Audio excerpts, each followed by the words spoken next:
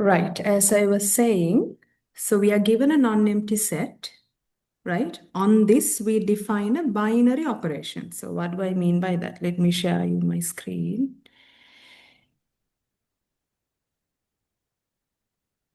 Okay, it's visible to everyone, right? If the screen starts lagging or you can't see anything that I'm writing below, please let me know.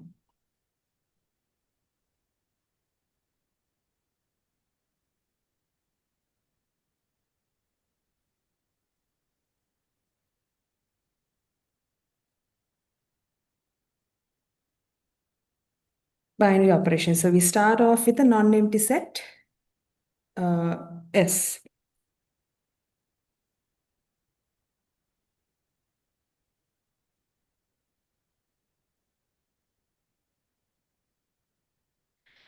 Right? So a binary operation defined on set would be a function such that usually we denote it by star.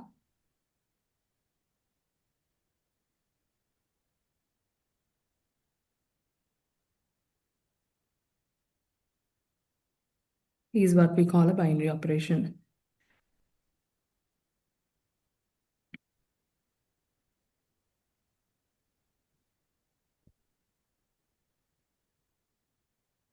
Is called the binary operation. So what do we mean by that? We take a pair of elements from S cross S. In other words, we take any two elements from the set S and we apply this operation, which is this function, right? Once you apply this binary operation, you should get an element within the set, right? An element within the set. For example, and this, because it's a function, it's defined for any pair of elements that you take from this set. Okay, so one of the easiest examples that you can think of would be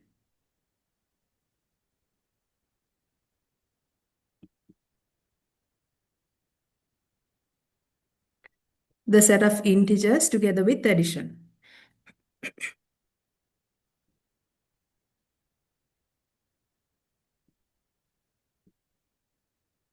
The set of integers together with addition. Now we take together with addition, and addition is denoted by uh, this, the plus mark. All of us know this, right? So this star over here will be replaced by this.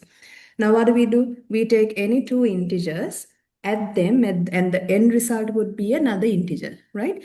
Because it's a function. Now this binary operation is a function defined on it.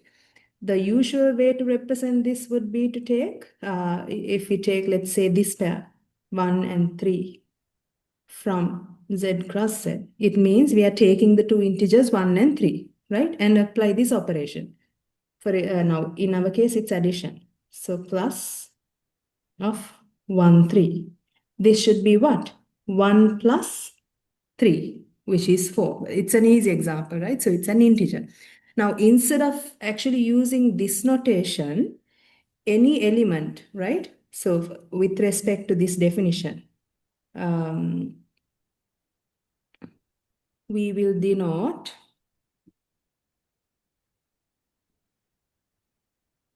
star of AB by A star B for all AB in S, right? Instead of going with the usual function notation, we would adopt this notation. That's all I'm saying over here, right? Do you all have any questions? Right. Now, for example, if we consider more examples, multiplication is another binary operation on R, right?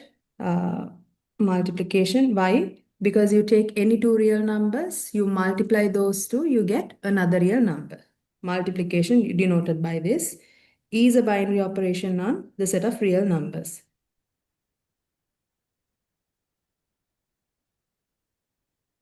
Okay. What about addition? addition on, division on Z. Addition we did, division on Z.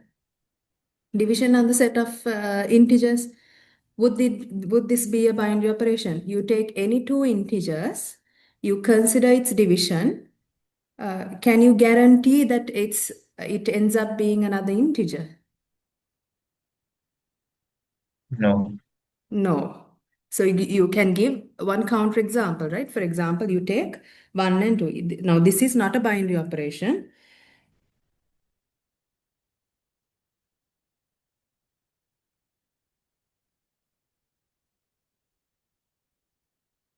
Why? You have 1 and 2 in integers, but 1,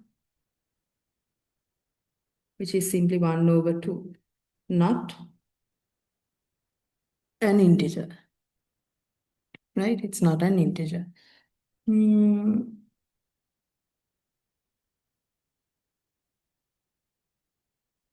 Okay. How about division on, let's say, positive integers, they will always be denoted by the corresponding set and addition on top. Okay. Division on positive reals. Is this a binary operation on the set of positive real numbers?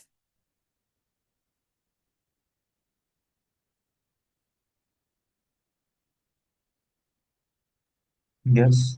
Yes, it is, right? Why? In this case, we only have positive reals. Zero is not included. If there is zero, then we run into a problem because we might get division by zero. We have to consider all possible pairs AB, right? But over here, we are excluding zero, only dealing with positive real numbers. So division is defined, is a binary operation on this set.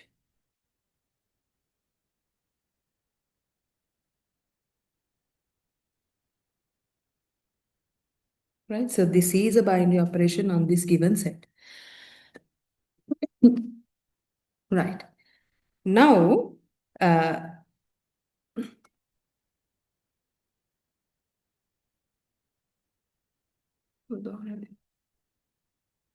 right. Now, another example would be if we take M of R to be the set of matrices with entries from R.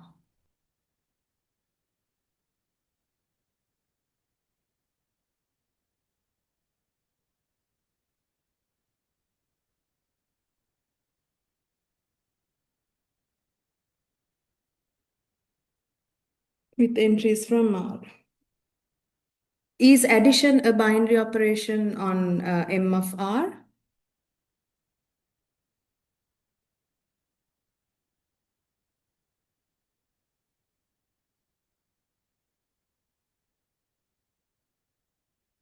This is the question. Is addition a binary operation on this set? Yes. It is.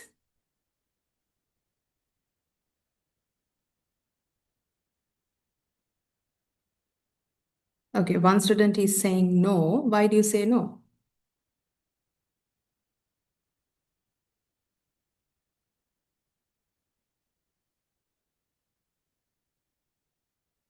Why do you say no? Why do we say no? This is not a binary operation. Why? Addition is only defined on matrices of the same size, right? The number of rows and the number of columns must match for the two matrices, right? So the addition is not a binary operation on this on this set. It might not even be defined for matrices with it is not defined for matrices with different sizes, right? This is not a binary operation because it's not defined for matrices with different sizes, right?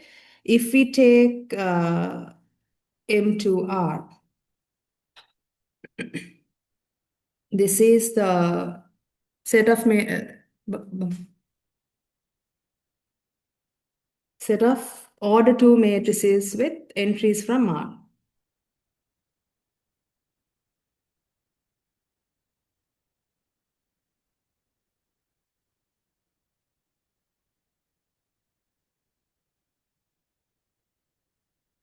With entries from R. Is addition, a matrix addition defined, addition a binary operation on this set now? This would be the set of order 2 matrices.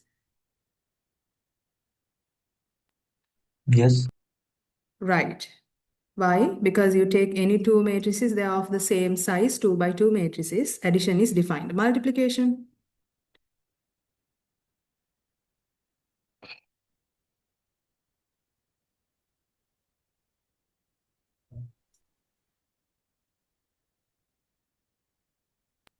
Yes. Multiplication is also defined. Okay.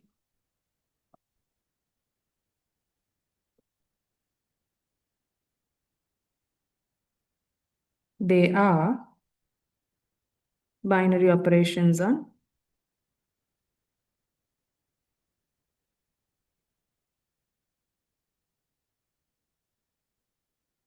M2R. Yes. Okay. Right. Now, let's take a look at this set. I will define, you might know this set. By Zn, I would define the set containing the integers from 0 to n minus 1. Okay, so this contains entries from 0 to n minus 1. For example, Z4 would contain entries from 0 to 3. So it will have 4 entries, 0, 1, 2, and 3. And we define star to be addition modulo n.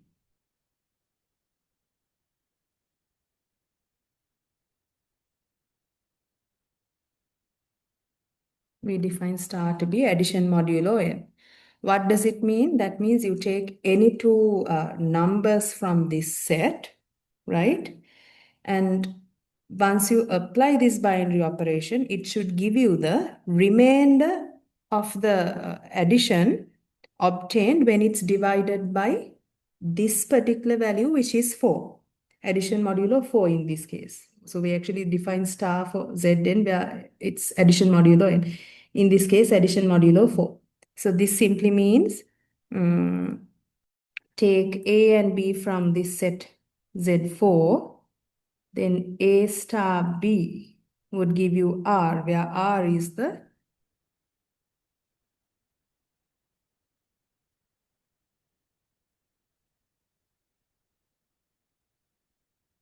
remainder of A plus B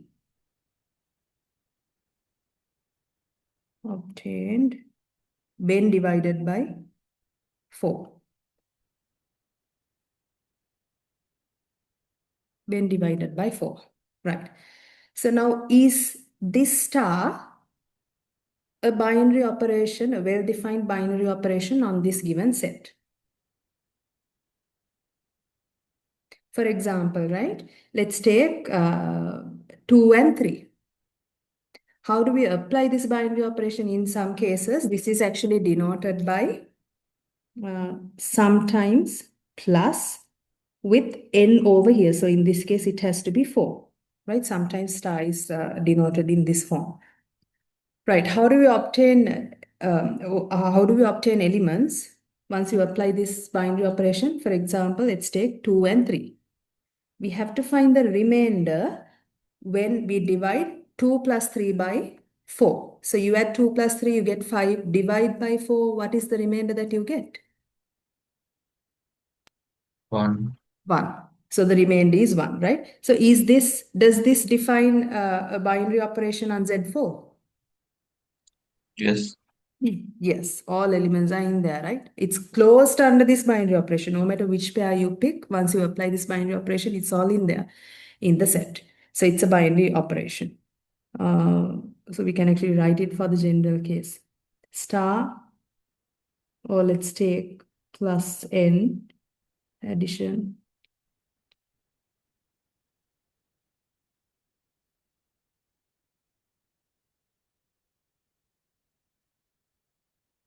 Is a binary operation, right?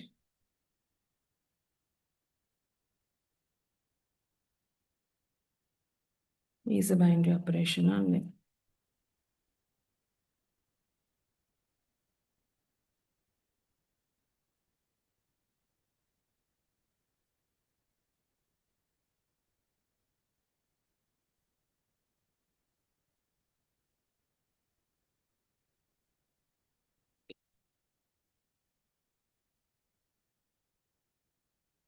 Okay, another example. I'm actually following that textbook that is recommended for this course, right? Now, this other example, let's take a look at this one.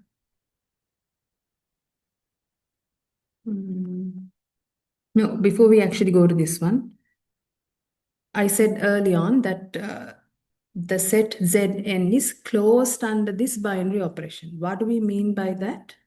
We mean when you take any two elements in the set and apply the binary operation, if you get another element in the set, that's when we say the given set is closed under this particular binary operation, right? So we write, let me write this definition.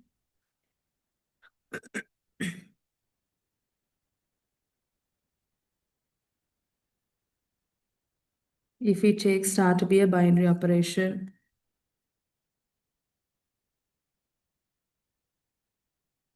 on G, and let's take H to be a subset of G, right? We say that H is closed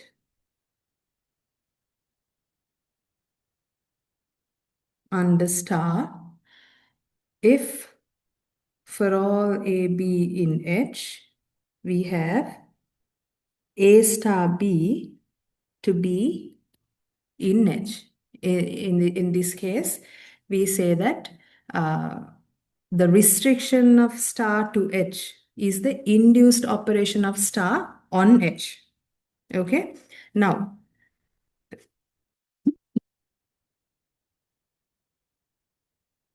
let's take a look at this example.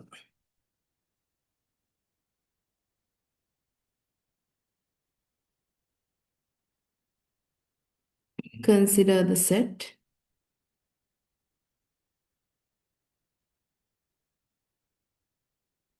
it.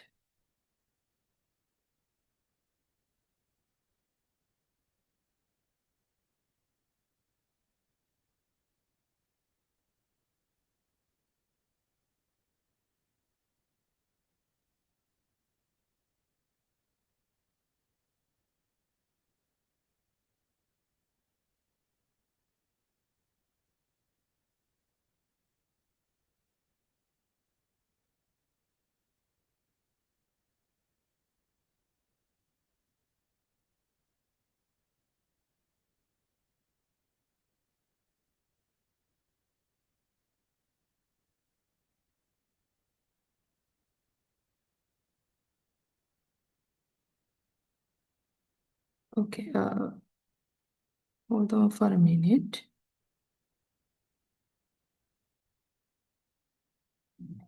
One student is asking, when proving for being not a binary operation, we can go with a contradictory example. Yes, you just give a counter example. But when we are to prove a binary operation, don't we have to prove it for the general case? We do. That is an excellent question. And the answer is yes, we have to prove it for the general case. But these are very small examples and are very much clear. That's why we didn't actually prove it for the general case. Right, but when I give you questions, I expect you all to prove it for the general case if it is a binary operation. right? With integers, you see, we already know these things about integers, right? To add two integers, multiply two integers, at the end, you get an integer, right? Does that answer your question? But you are correct on that. Yes, we do have to prove it for the general case. Okay.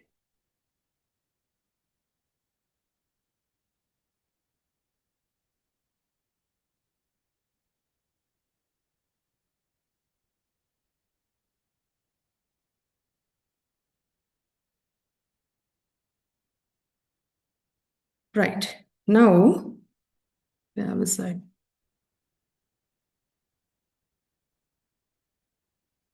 And if possible, unmute yourself and answer the questions. Otherwise, for some reason, I was unable to open the message box.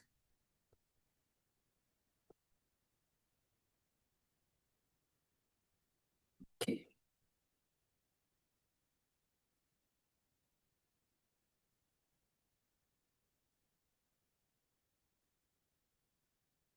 Okay, this is also an example that was in the textbook that we're actually referring to, right? Now, this is a subset of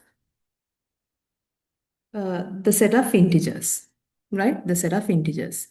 Right, now we have to determine whether this is closed under addition and multiplication. Is it closed under addition? That means you take any two numbers from here, right?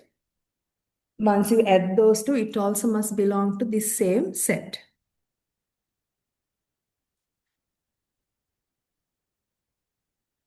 No, Is, it's not. I'm sorry? It's not closed under addition. It is not closed under addition, yes. For example, you take 2, right? Take 2 and 4. Then 2 squared, which is 4. And let's go with 3. 3 squared, which is 9. They are both elements in this set. Now, then you add those two elements, for example, let me first write. This is not closed under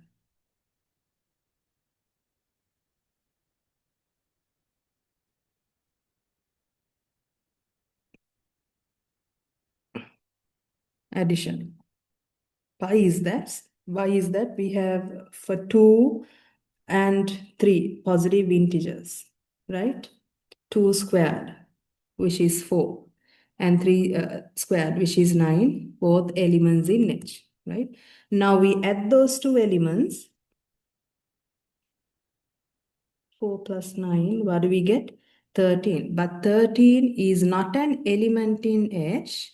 In other words, there is no positive integer n such that the square of that integer is equal to 13, right? Now, there is no n in z plus such that n squared is actually equal to 13. This is not an integer, right? When you take the square root on both sides, therefore, 13 does not belong in H. And so it's not closed under addition. What about multiplication?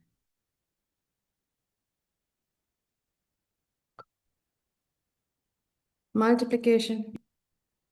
It is closed under Yeah, multiplication. it is closed under multiplication. Why? You take any two elements. Now, in the text also, this is proved for the general case. You take any two elements, S and R, right? This is closed under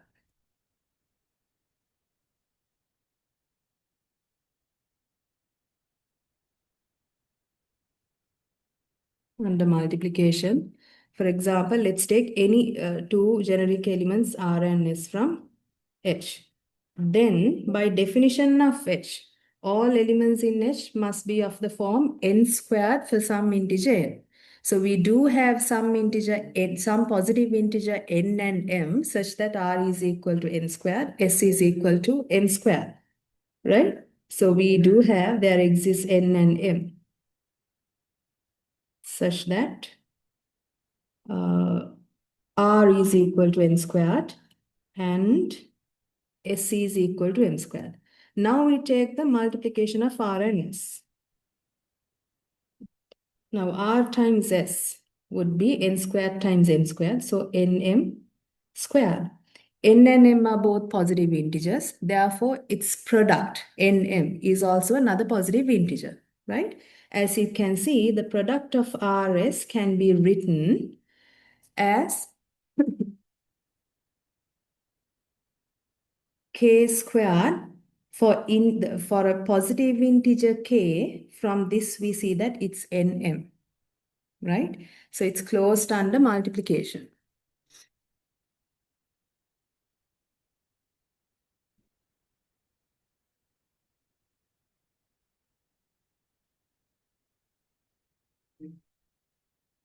Right.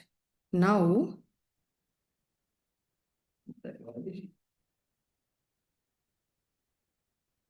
we do have some properties over these binary operations, right? The first property that we are going to learn is commutativity.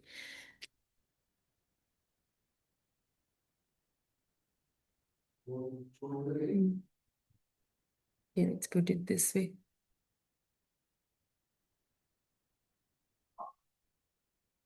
Let's take star to be a binary operation on a set, on a non-empty set G. Let star be a binary operation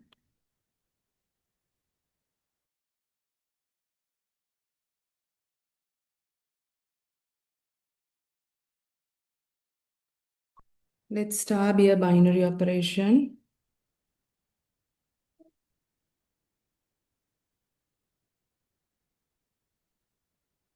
on a set G, right? We say that this binary operation star is commutative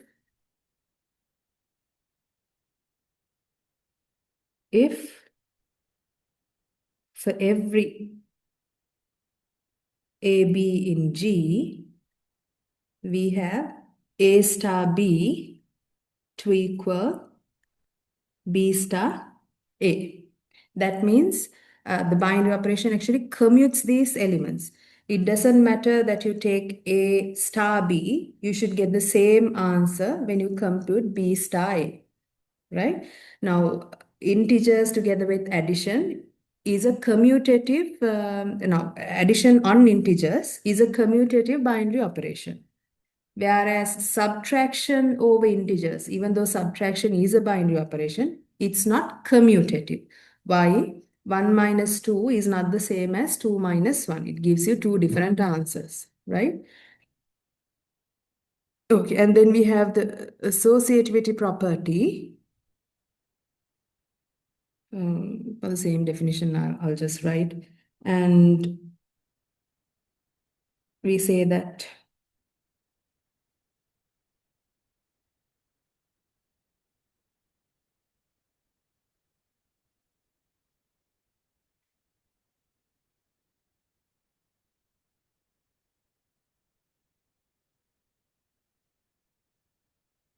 associative.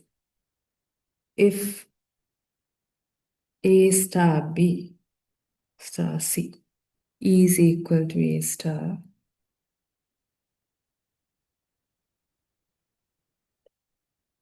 for all A, B, C in G. Right, so what does this mean? If star is associative, it does not matter the order in which you perform this binary operation. You can first find A star B. Now, not the order in which these elements appear, right? That would actually matter because this star could be commutative or not, right? When we're talking about associativity, we can do A star B, then apply the binary operation of on the answer of this and C, right? And if we first find B star C and then apply the binary operation on A, and we get the same answer, then we say that star is associative, right? In this case, when the binary operation is associative, you don't have to write these parentheses even because we know it's associative. It doesn't matter in which order you perform these operations. Okay, now once again, addition on Z is associative. Multiplication on reals associative.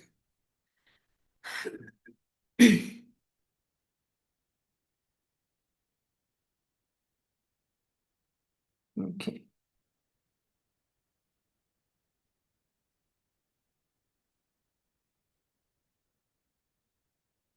Right now, with this definition, we'll jump straight into groups.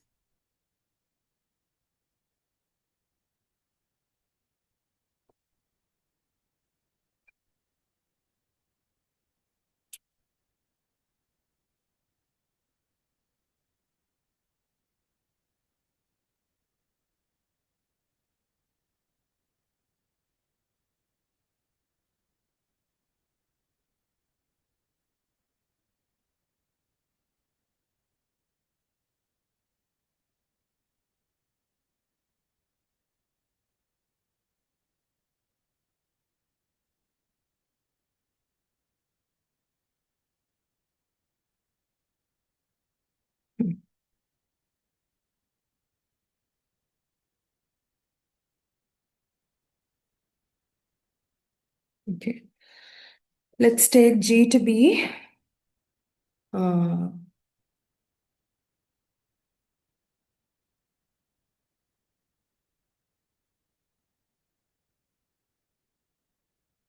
non-empty set with the binary operation.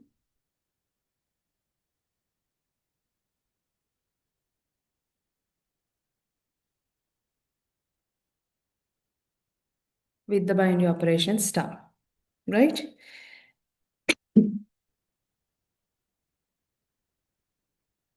Right.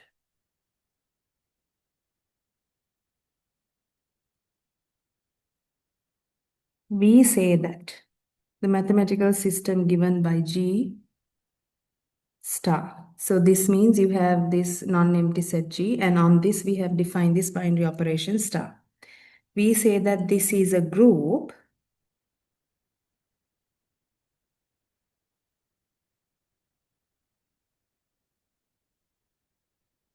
if the following axioms are satisfied.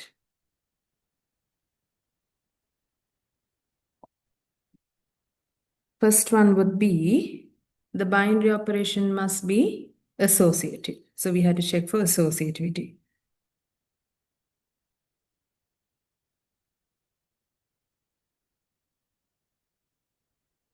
The second one,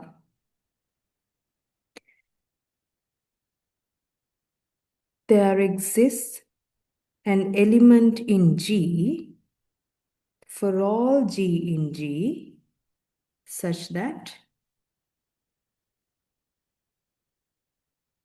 G star E is equal to E star G.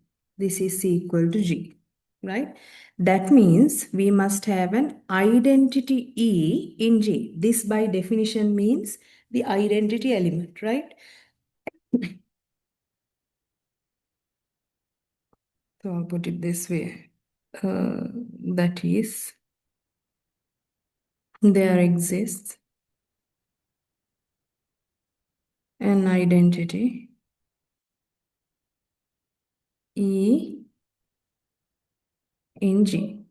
This means we have this one unique element, right? For any other element that you pick from the set and you apply the binary operation for these two, at the end you should get this G.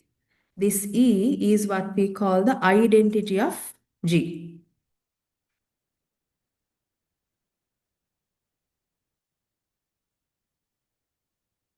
And then the other axiom, for every G, for every element, there exists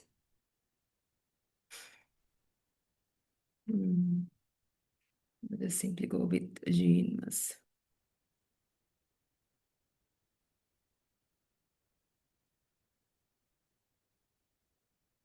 Such that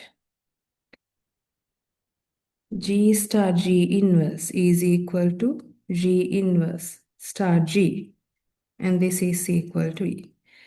What does this mean? Now, for every G, once you pick an element from G, corresponding to that element, you can find another element denoted by G inverse. How so? G star G inverse is equal to G inverse star G. At the end, you get the corresponding identity of the group. So this G inverse is actually, you can see this, it's unique for this one element. Unique for the element, right? So if I write it this way, you can simply write it as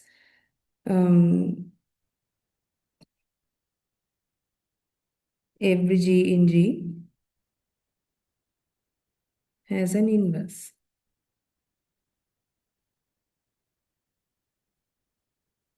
Has an inverse in G, right? If all these axioms hold, we say that this is a group under the binary operation star. Okay, in this case, we say that it's a group under the binary operation star. Okay. So when you're asked to prove that a given mathematical system, G together with star, is a group, what you have to do is you have to make sure the given set is closed under the binary operation. That's the first thing, right? It has to be closed under the binary operation. The given binary operation must be associative and a unique identity must exist. And for every element, we should be able to find its inverse with respect to this binary operation.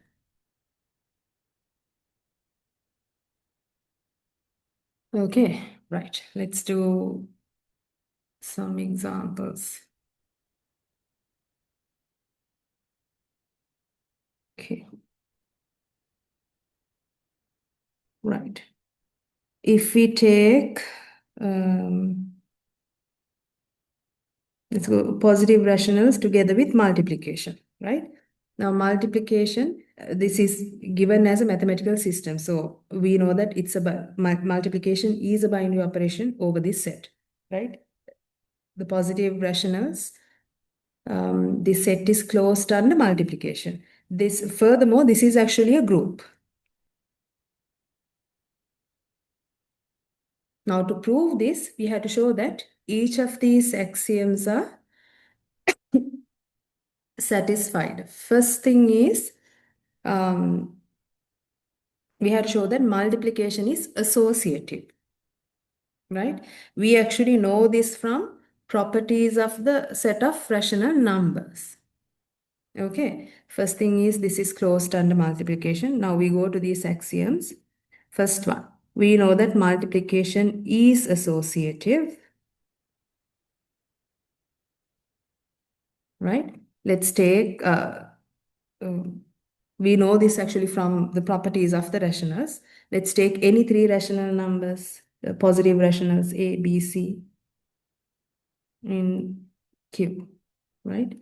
Then we have A times B times C to be what? A times B times C. This is why now, because it's associative, you don't even have to put this parenthesis, right? It's not confusing whatsoever. You can simply disregard the parentheses and apply the binary operation. So, multiplication is associative in this case. Then we have, what is the identity in this case? That means there should be just one element. Here, see, the definition tells you there exists one element in G for every other element, for every element in G satisfying this property. So what is the identity in this case? One. I'm sorry? One, yes, very good. So one, right? One is a positive rational number and one is the identity, right? Let's take A to be any other rational number, including one, right? Doesn't really matter. Then we have A times 1 to equal 1 times. This is associative, this is commutative also. This is equal to what? A, right? Because A is chosen arbitrarily from this set, this equation holds for any A In other words, every element that you pick from this set. Therefore, 1 is the identity. Right? Now to see whether inverses exist for each and every element, right? Let's take any arbitrary element from Q. So let's take A once again to be any element from the positive rational numbers. What is the inverse of this number?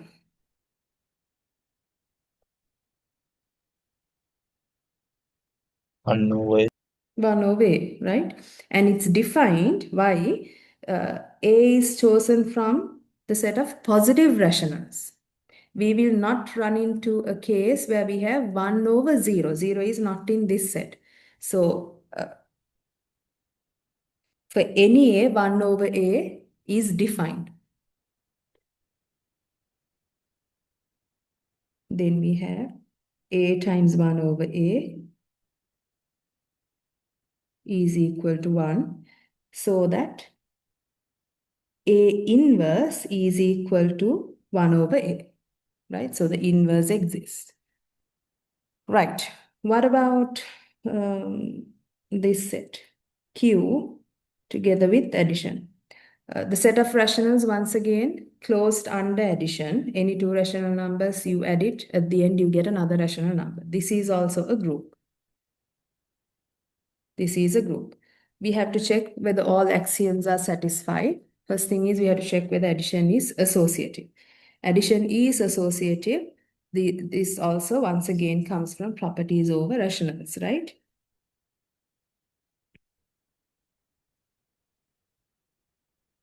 Addition is associative, right? For example, you take any A, B, C from the set of rationals. Then we have A plus B plus C to equal A plus B plus C in that order, right? And then what is the identity element for this particular set? 0. 0. Yes, 0 is the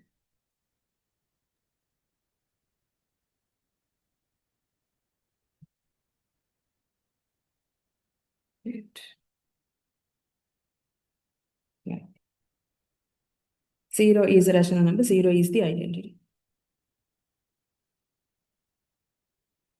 Once again, you can see this. Take any element from Q. To that you add 0, you get that particular number. So 0 is the identity. The other condition, let's to find the inverse. Now, the inverse is unique to the elements. So the first thing would be to pick an arbitrary element from the set. And inverses should exist for each and every element in the set. So we arbitrarily pick one element. Let A be any rational number. Then what is A inverse in this case? Say Minus A. I'm sorry, say that again. Minus A. Minus A, yes. Minus A. Why? You see that A plus minus A, you don't even have to write it, but write it for the, when you're proving, even though you feel like it's very simple, obvious, these things you have to write, okay? Is equal to 0, you get, when you add to A minus A, you get the identity in the group. So that's a group.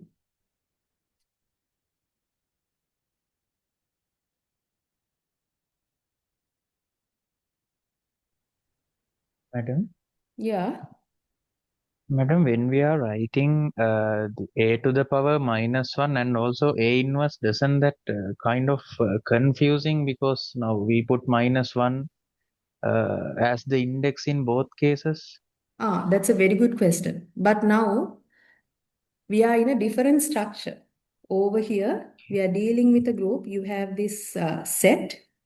On it, we have defined this binary operation plus. If you compare these two, this group structure is vastly different from this one, right?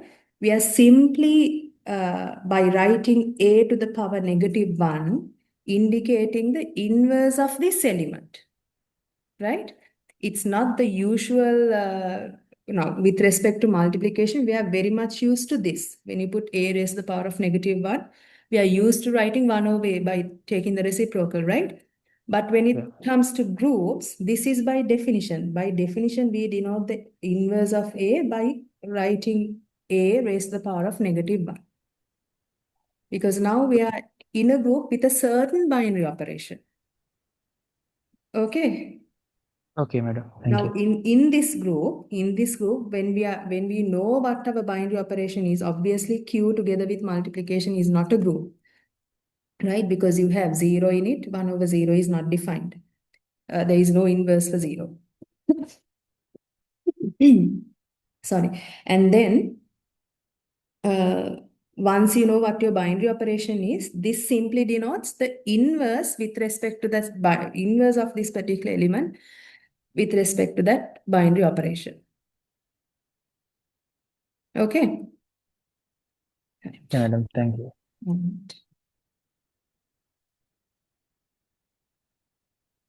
Okay. Now, okay, what about this one?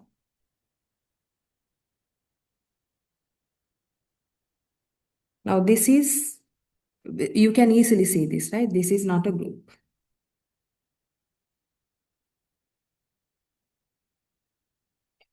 This is not a group. Why? Not every element in this set, even though Z is closed under multiplication, you take any two integers and you take the product, you get another integer, right? You get another integer.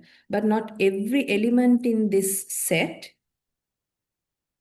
has an inverse. You have the identity to be 1 as well. You take any integer, multiply it by 1, you get that particular integer.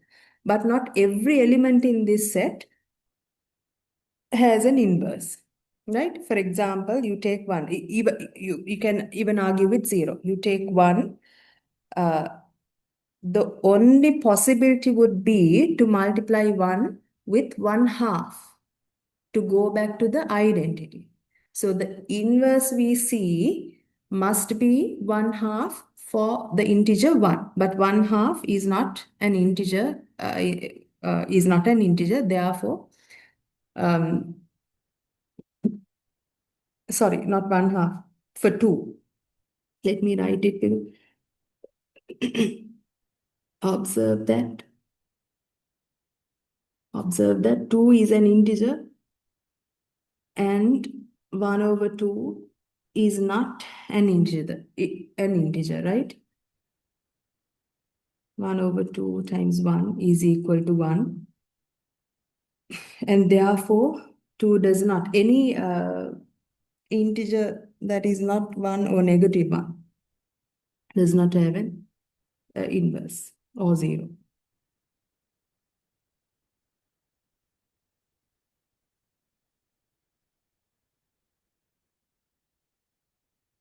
Or you can simply say not all elements in this group have inverses.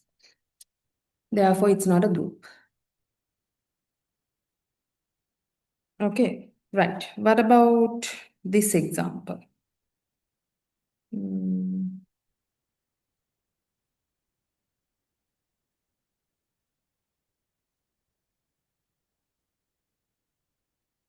Okay. Let's say Z5. We have 0, 1, 2, 3, and 4, right? And the binary operation plus 5, this would be addition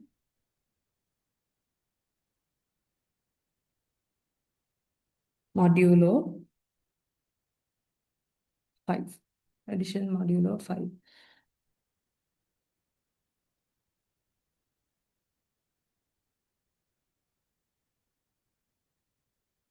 Right. Now, we have seen that this set is closed under this given binary operation, right? So now we are considering this mathematical system. We want to check whether this is a group. This is associative. Once again, we actually, how do we calculate or how do we apply this binary operation? We take any two numbers, add it, divide by 5, simply take the remainder. So it doesn't matter in which order you perform this. For any 3 integers that you take, at the end, you would still get the same answer, right? So we can easily see that the binary operation over here is associative. Okay, right. Now we have to find the identity. So first axiom is satisfied.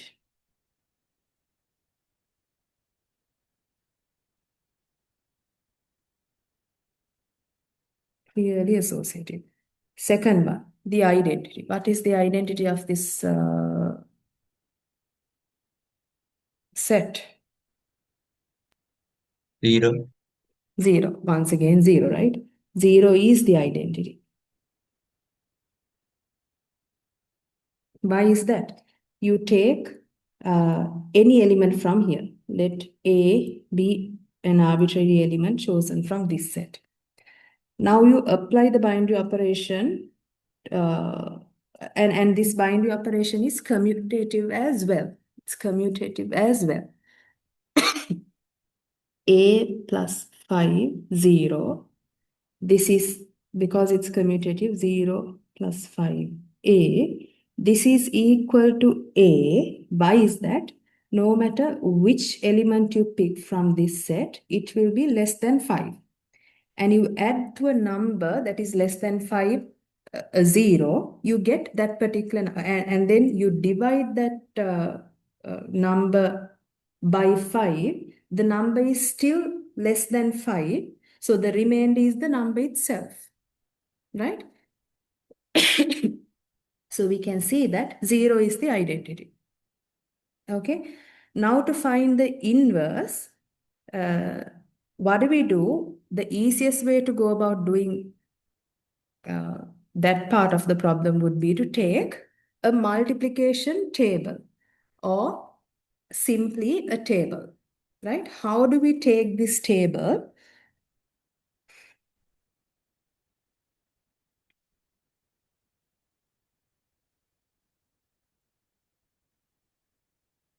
How do we take this table? So you can think of it as being a matrix with, you have how many elements here? 5 elements, 5 columns and 5 rows, right? And as the heading of each column, we would put all these entries. So we have the elements 0, 1, 2, 3, and 4. Headings of rows would also be the same, 0, 1, 2, 3, 4, right? And how do we get each entry in the table? By applying the binary operation of the corresponding ijth entry. What do I mean by that? If you look at it in this as a matrix, this entry over here would refer to the entry at the first row, first column, right? So what do? We go to the heading of the first column, heading of the first row, take these two values, apply the binary operation. So you get 0 plus 0, divide by 5, take the remainder, simply 0. You go to the second entry. This is the entry at first row, second column. Take these two values, add them, divide by 5, take the remainder, you get 1, 2, 3, 4. Because it's the identity, this would simply be all these numbers. Go here.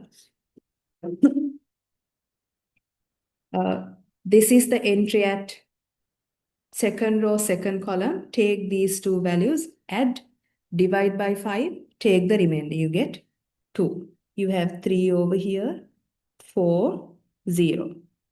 Right? Then you have 3, 4, 1, 2. It's Oh, 0 sorry, then 2, sorry, right? sorry. Yes, sorry. I apologize for that. We had to divide it by 5. Wait, go to 4. So this is 1, 2, 3, 4, and a 0. This is 2, 3, 4, and then a 0, and then a 1. Okay. And we have 3, 1 would be 4. And then we have a 0, 1, and 2.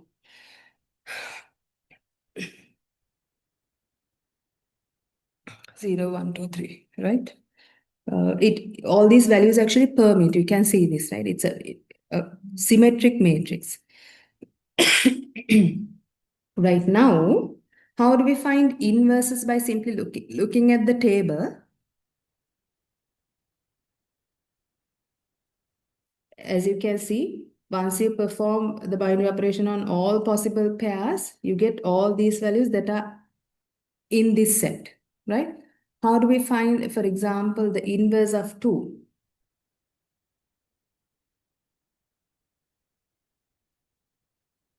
We can actually either pick the column or the corresponding row of 2, right? If I go by row, so go to 2, we go until we get to the identity of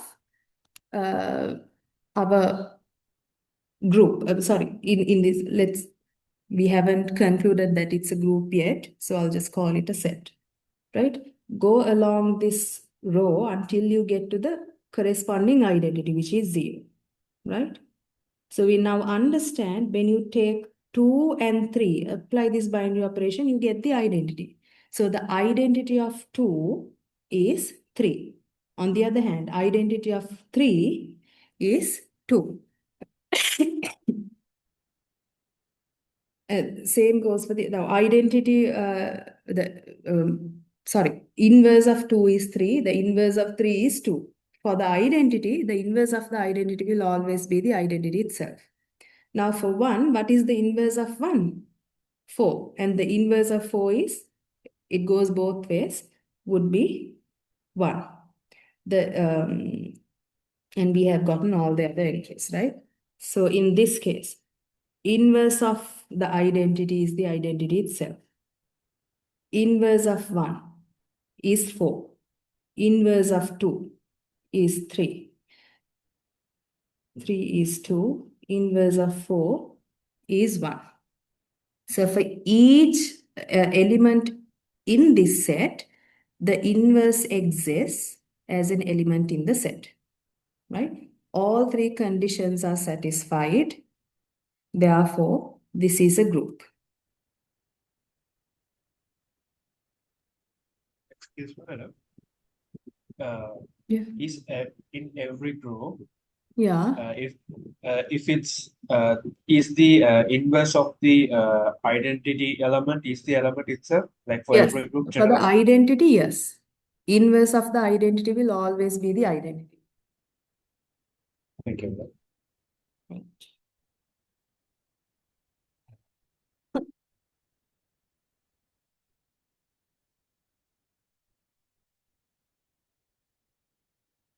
Now,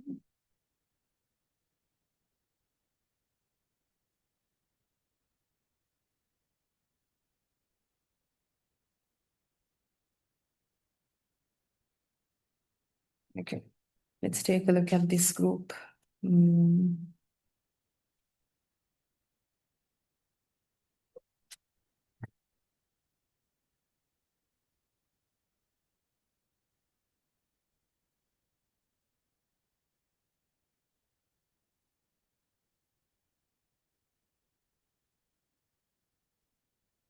Another example that you are familiar with.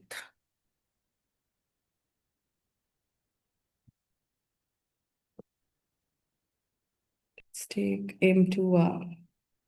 Matrices of order 2 together with usual matrix addition, where entries come from the set of real numbers. Matrix addition is associative. We know this from matrix algebra, which you are familiar with, right? The first thing is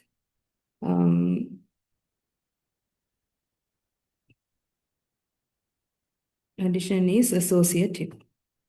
Second one, we had to find the identity. What is the identity of this set?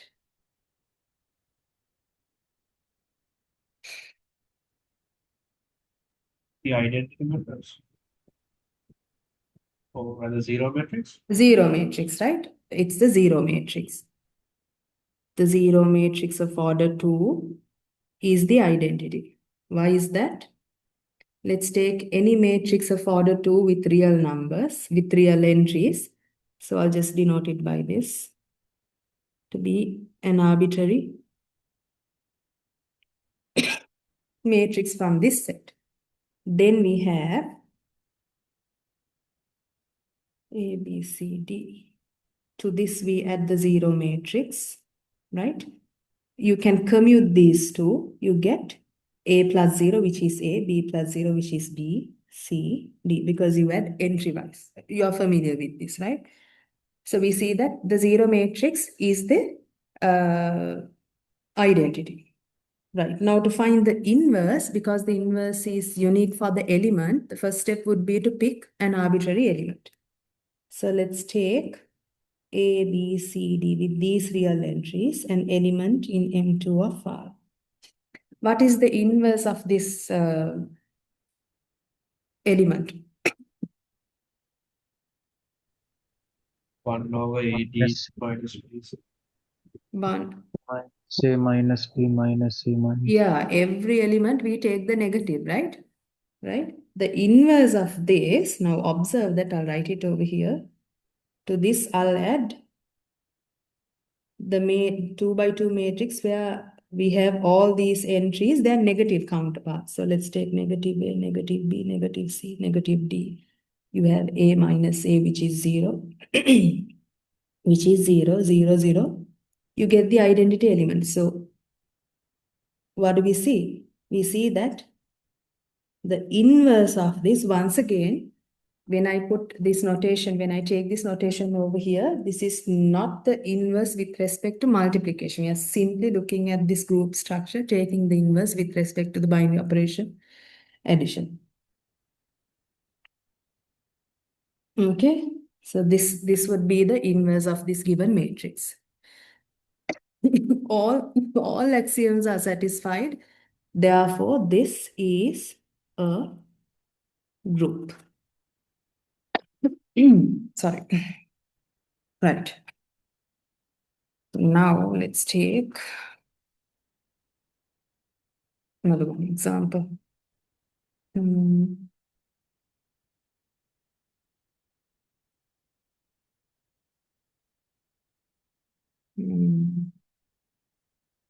Let's take G to be this set. 1, negative 1, I, negative I, together with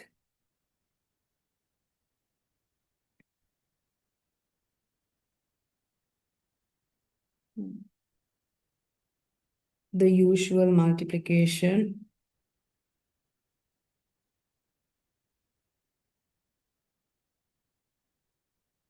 of complex numbers.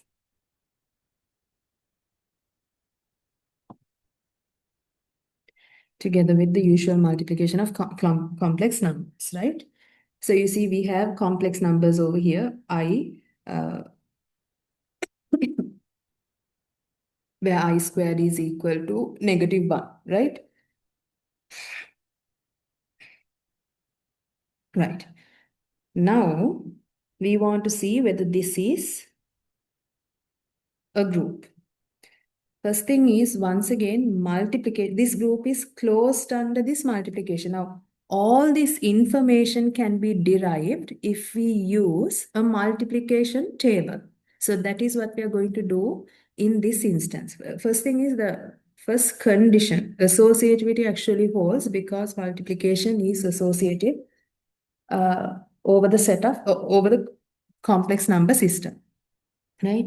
Now for this one also, we are going to take a multiplication group. So let's go with, and the other thing that I have to emphasize on, when you do the multiplication table, we usually retain the same order for columns as the order of the rows. That means if I take 1 minus 1 I negative I, on this side also I will go 1 minus 1 I negative I.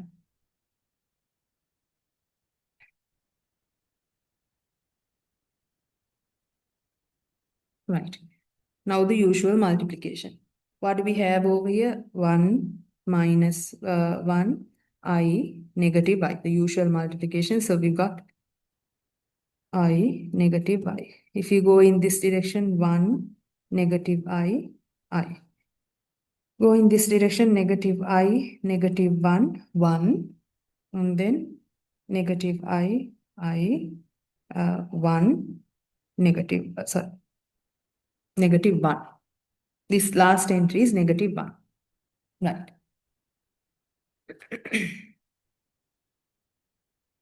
I'll just put it out here, is associative. This is associative. Second one, the identity. What is the identity? Now, observe that G is actually closed under multiplication. Why? You have considered all possible multiplications in the group, right? And all these possibilities are listed inside this table. All these elements are elements that are in G. So from the group itself, from the multiplication table itself, we can see that G is closed under multiplication, right? So that is the first deduction that we are going to make. From this group, we can see that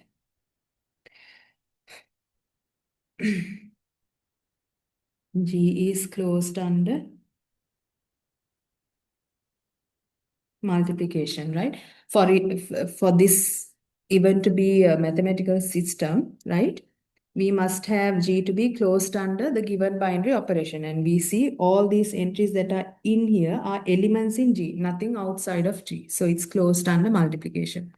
Now, multiplication is associative. It's an inherent property that comes from, once you define multiplication, the multiplication that's defined over complex numbers, right? Okay, so the second one, identity. What is the identity?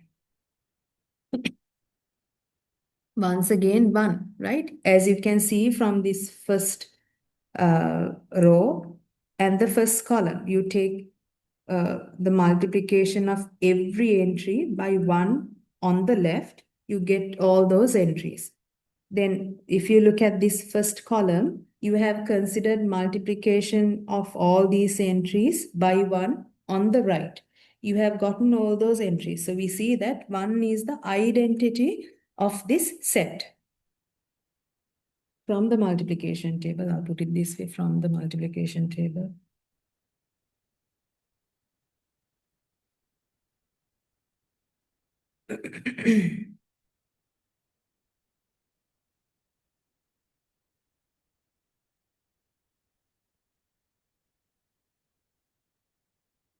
One is the identity. And inverses for each entry exists. How do we know that? You take, like I told you earlier, you can go by rows or columns. Now, 1 is the identity, its inverse is 1. Its inverse is itself.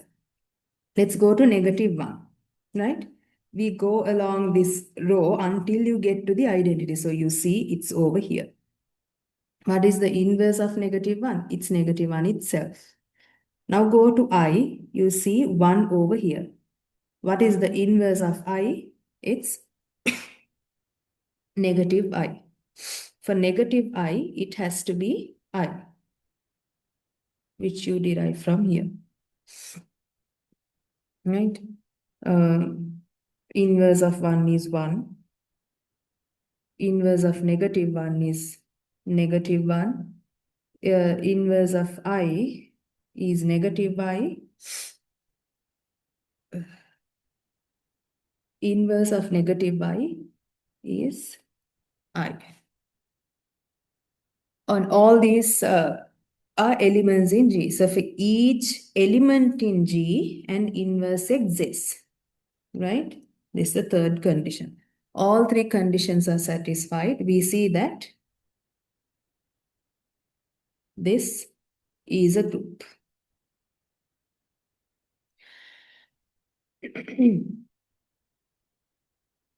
Okay? Right.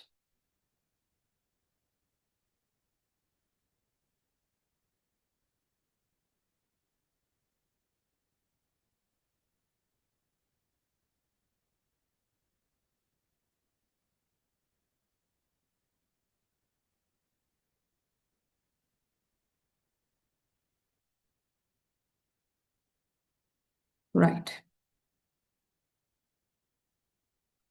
Now we have some elementary properties of groups. We will do those also.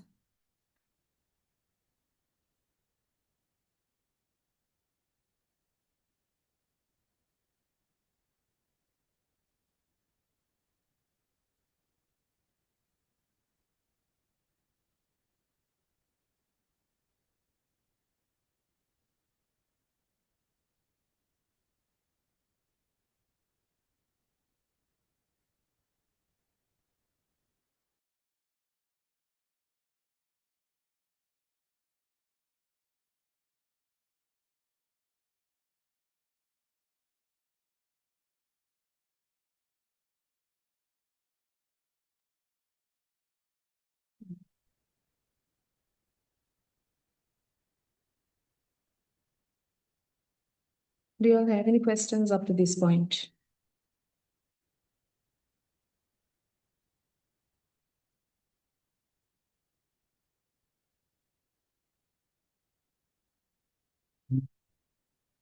Right.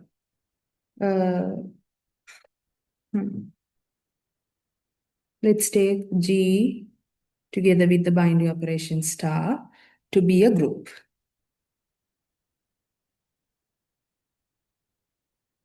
Then we have, I will put all this together. First thing is the identity element is unique, which we actually have seen from these examples, but we should be able to prove it for the general case.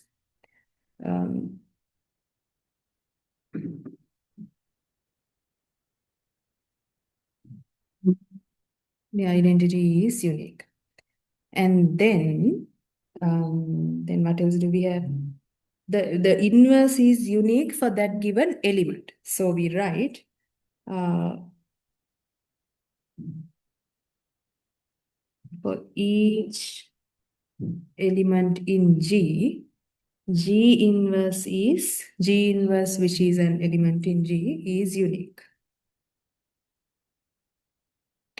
And then, now from the multiplication table, we have seen this, right? If we go to this one, from the multiplication, you can refer to that one also. The inverse of I is negative I, right? And the inverse of negative I is I. That means the inverse of the inverse would end up being that element. So that I will list as the other property. For every G in G, we must have the inverse of the inverse to be G itself.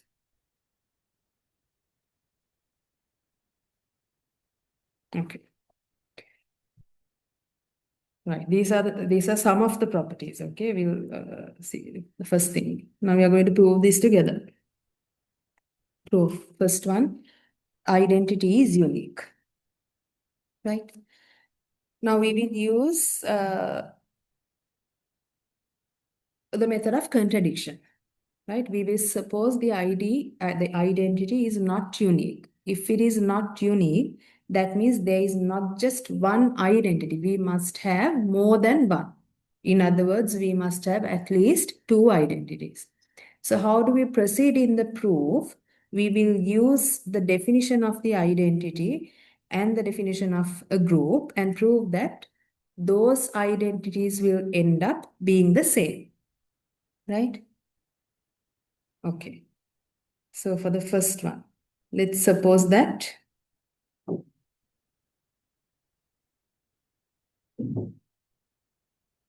E is not unique. Right? Then we must have at least two distinct identities. Okay?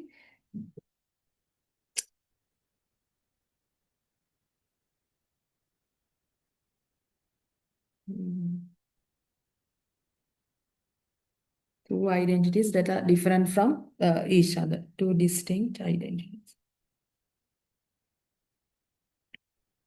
Right? Let's take them to be E1 say E1 and E2. So these are the two distinct identities. In this case, E1 is not equal to E2. That's how we have taken it, right?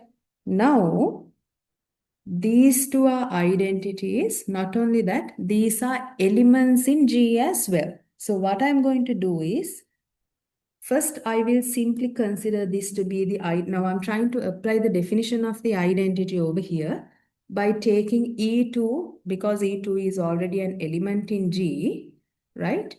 And I will simply consider the identity property, that equation that we see, right, on E1 and the element E2 in G. Then we write, since E1 is n identity, now we are taking to n identity, and E2 is an element in G, we must have E1 star, E2, which is equal to E2 star, E1, which is equal to E2. Now I'm simply thinking of E1 as the identity. Even though we have picked this one to be the identity, we simply perform the definition, or at least consider the definition of an identity on E1. So we have this, right? And we apply the same thing for these two elements by simply taking E2 to be the identity. So we write, similarly, we must have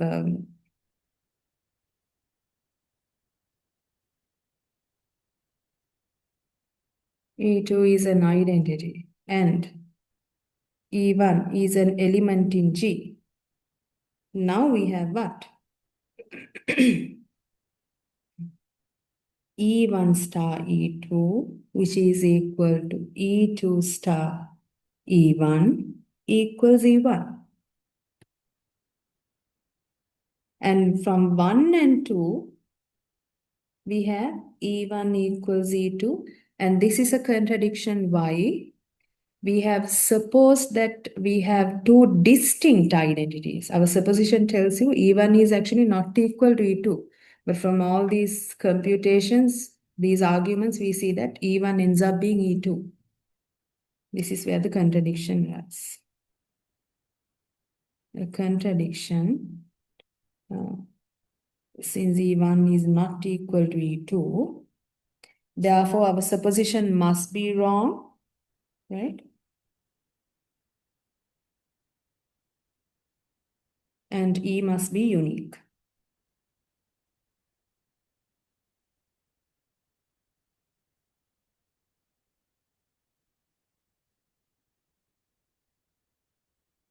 The identity must be unique.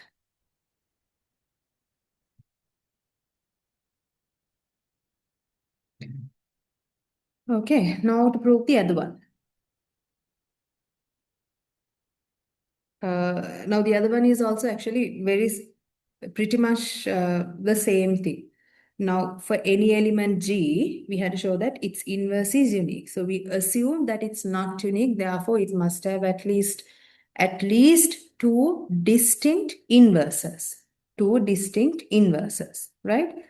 And it follows the same sort of argument. Okay. Let's see. Now the second one we'll write.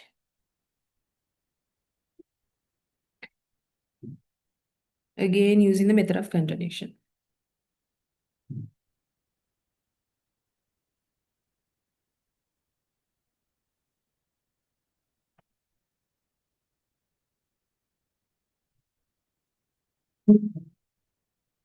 Right? We suppose now, first of all, we have to pick an element. Let G be an element in G. And suppose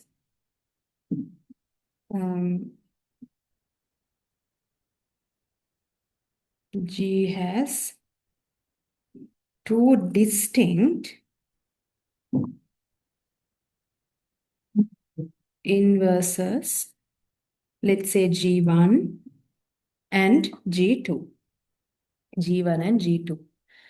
Now, let's go to G1. G1 is an inverse of G, right? So by definition of an inverse, we know that since G1 is an inverse, G star G1 must equal G1 star G, and this must equal the identity of the group, right? And also, similarly, we must have for G2 as well. Since G2 is also an inverse of G, we must have G star G2 to equal G2 star G to be the identity, right? Now, once again, we want to show that G1 is equal to G2, which would be the contradiction to our supposition of G1 and G2 being distinct. Okay, so what do? We start with G1.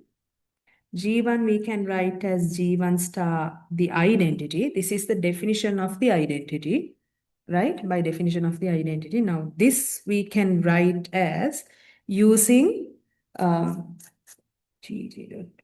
second equation. We write G1 star. The identity I will replace by G star G2, right? This is by 2. Now what do? Now we use the associative property of the binary operation star, right? So the associativity allows us to do or compute G1 star G, right? And from this actually ends up being the identity by 1. This is by the associativity property, right? This ends up being E. We have star G2 that comes from here. This is by 1. And E star G2 is simply G2. Once again, definition of the identity. Now we see G1 is equal to G2. This is a contradiction to our supposition, right? Or to our assumption where we assumed G1 is different from G2. So I can write a contradiction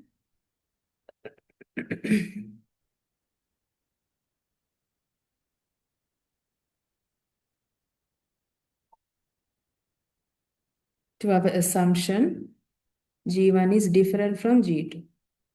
Therefore, G inverse is unique, or inverse of G is unique. G inverse is unique. Right. Now, this last one, for all G, we must have the inverse of the inverse to be G itself. How do we prove that?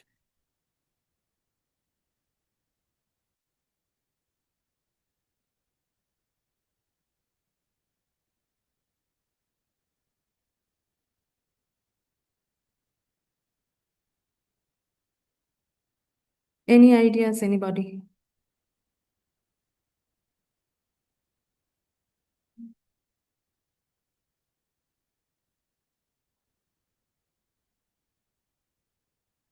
For any G, this is valid. How do we show this one?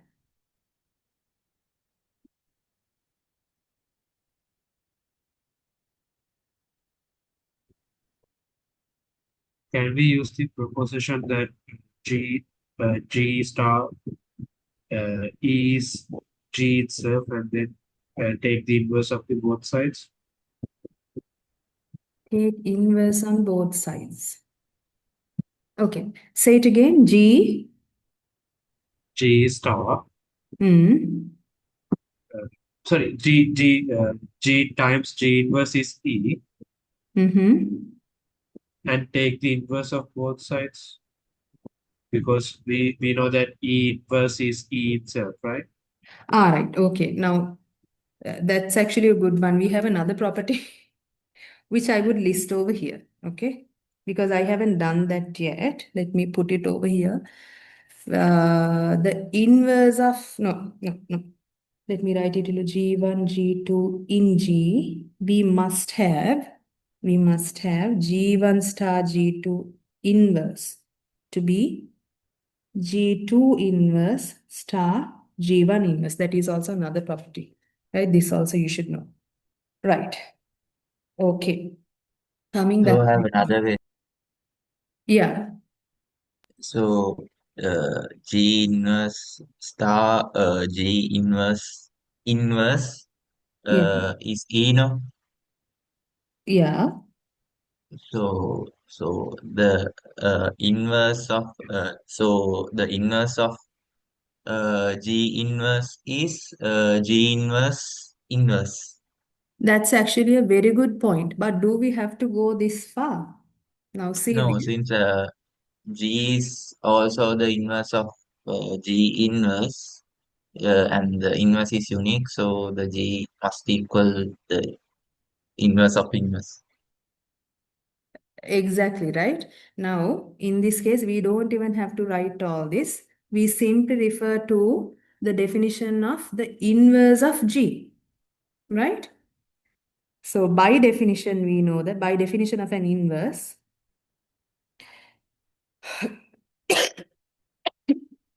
sorry. By definition, we know that G star, G inverse is equal to what? G inverse star G is equal to E. Right? Once you see all this, we say here, see the inverse of G is what is shown over here. On the other hand, we simply reverse these two equations. You don't even have to do that, but if it's sometimes it might be confusing. So what I'm going to do is simply reverse these two equations, put it over here and send it to the other side. This is equal to E. Now what do we see? This is some element in G. Its inverse is given over here by, when you take the binary operation over these two elements, you get the identity. You commute, take the binary operation, once again you get the identity. So the definition tells you the inverse of this element must be G. We don't even have to go that far. We simply write this equation. The definition of the inverse tells you if G is the inverse of, if G inverse is the inverse of G, right? The inverse of this element must also be G.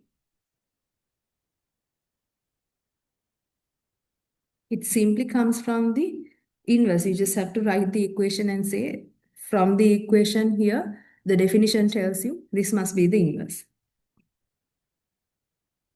We have the inverse of this element to be G. That's it. Okay, right. Now to prove that last one. Sorry.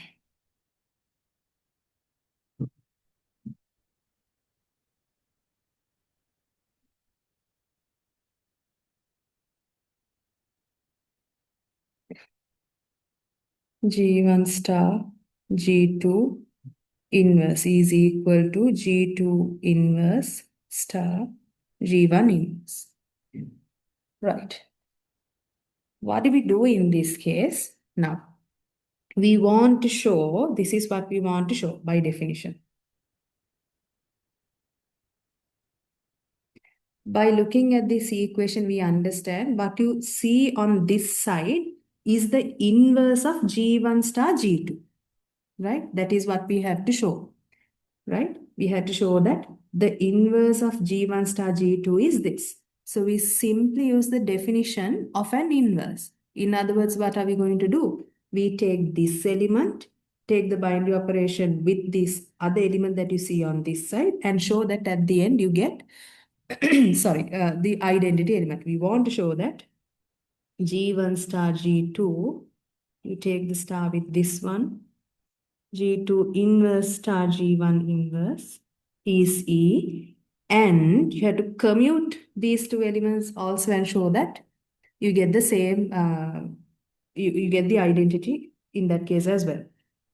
G2 inverse.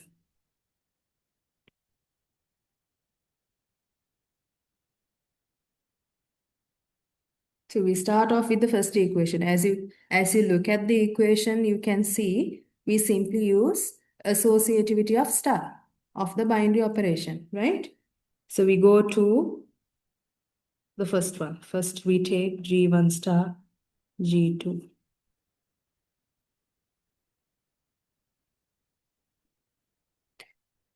The associativity property yields G1 star, G2 star, G2 inverse star, G1 inverse. This is by associativity. When you actually write the proof, you have to write by associativity. Just put it over here. Right? And this is equal to G1 star, G2 star, G2 inverse, G and its inverse. This by definition is the identity. Right? Now, once again, we use the associativity of the given binary operation. This is equal to what? G1, because you are taking any element together with the identity, you get that element. Now, once again, what do we get here? G1 star G1 inverse is simply the identity by definition of the inverse, right? Now, using a similar method, the same thing you can do for this particular equation as well. You simply start off with this side using associativity. First, you compute G1 inverse star G1, which ends up being the identity. And identity times this G2 gives you G2. Then you have G2 inverse times the identity. G2 inverse times G2, the identity, right? Similarly, we can show that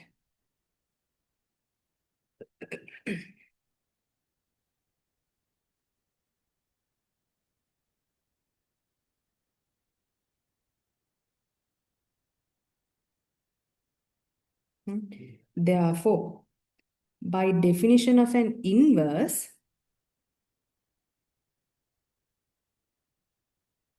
we see that the inverse of G1 star G2 is what?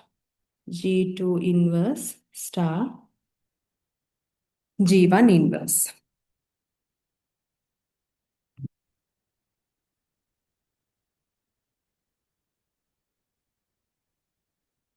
Okay.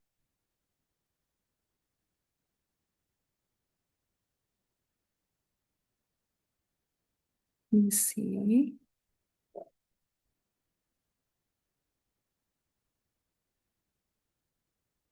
Okay, wait, student sent.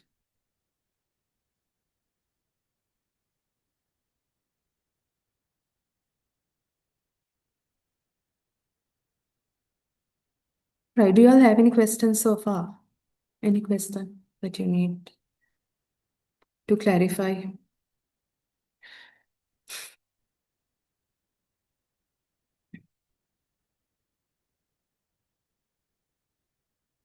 Okay. Now, another property.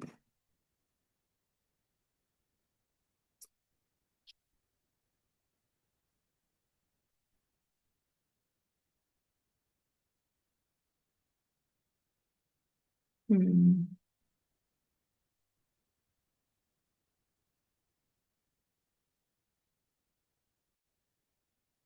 Yeah. If this is a group, right?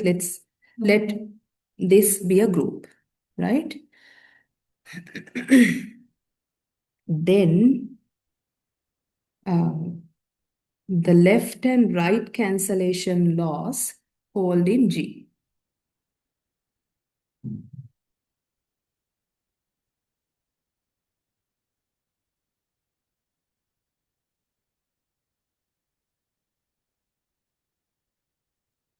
You might have seen something very similar in matrix algebra even, right? Left and right cancellation laws.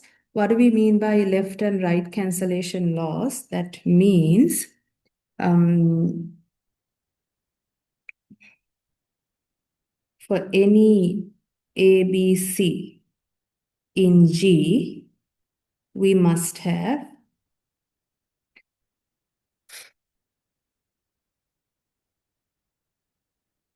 A star B equals A star C to imply B equals C, and B star A equals C star A to imply B equals C, right? For any ABC with these equations.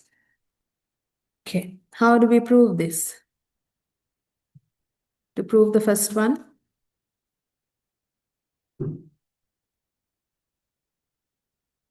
let's take ABC in G with A star B equals A star C. Now this is the left cancellation law. Why is that? Because we are cancelling A from the left on both sides. We want to show at the end B is equal to C. How do we do that?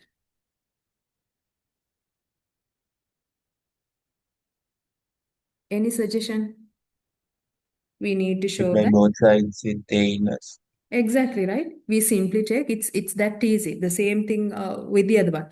We take A inverse on the left on both sides, right? So we simply take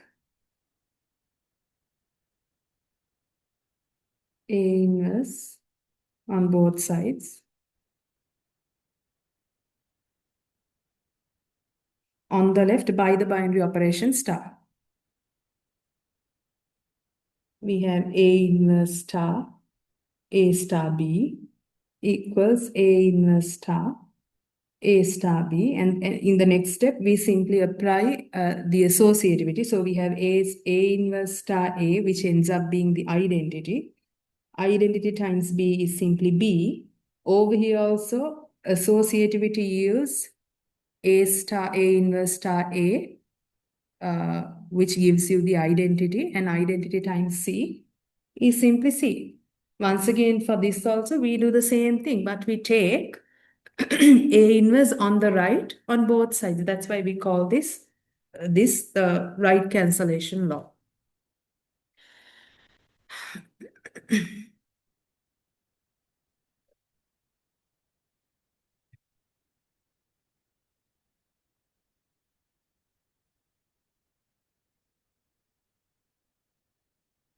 Okay, now this other one.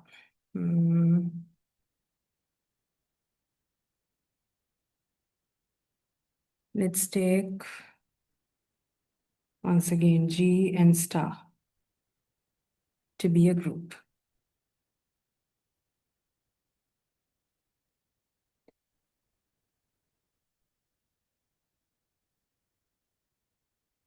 And let's take A, B to be elements in G, right? Then the linear equations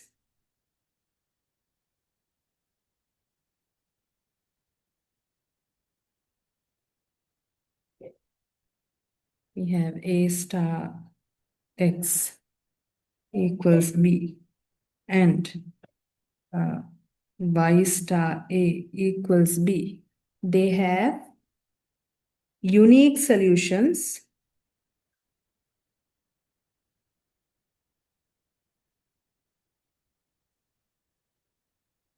X and Y in G, right? Unique solutions X and Y in G. Once again, we apply the same thing that we have applied in the previous theorem, right? A cancellation law. Now, first thing is we have to show that at least one solution, a solution exists before we actually show its uniqueness. That the solution is unique, we have to show that a solution exists. What do we do? For this particular equation, to show existence,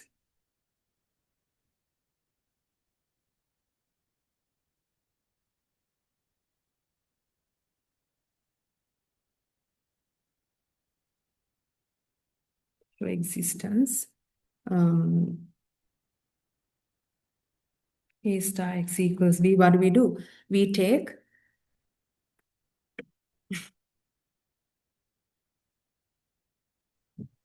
Should exist, right? For A. I'm sorry. For the solutions to exist, there should be an existing A inverse, right? Yes. Does it exist?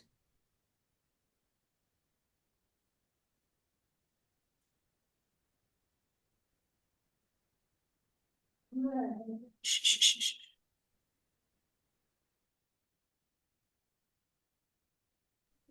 Does A inverse exist?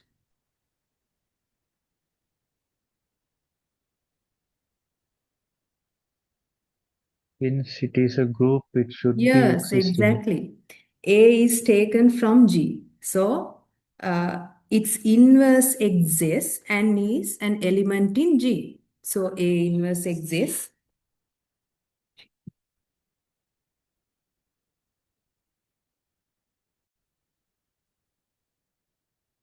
Yeah, as I was saying, A is an element in G because it's a group. Its inverse exists and is an element in G. So we can always take the inverse, right?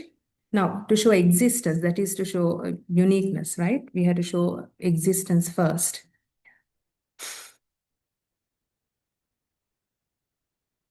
Okay. Existence and uniqueness. From this itself, we will show, right? A inverse exists. And we take A inverse on both sides.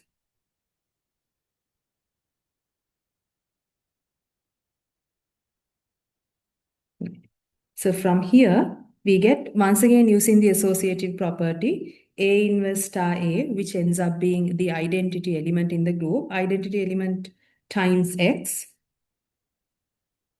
We have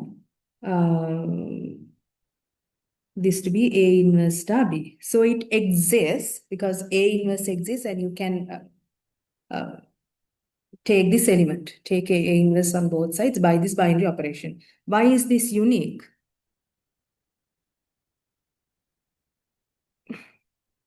Because A inverse is unique, and for B inverses inverse, P is also unique. So the product, so the operation should yield to a unique result. Yeah, exactly, very good. Because all this is unique, this is unique, this is unique. What you get by applying this binary operation is also unique. So both at the same time you can show using this. Now, this also can be proved in a similar fashion. So I will leave that to you.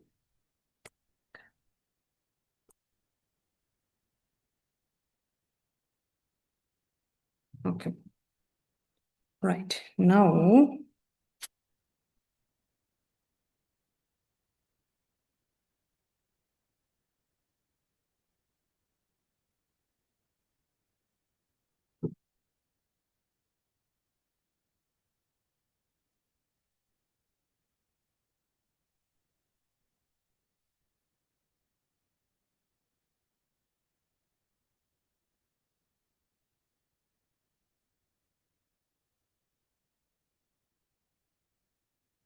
okay, let's talk about abelian groups. I didn't give that definition.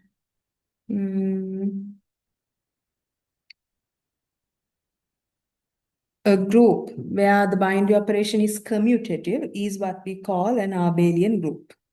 So I'll write a group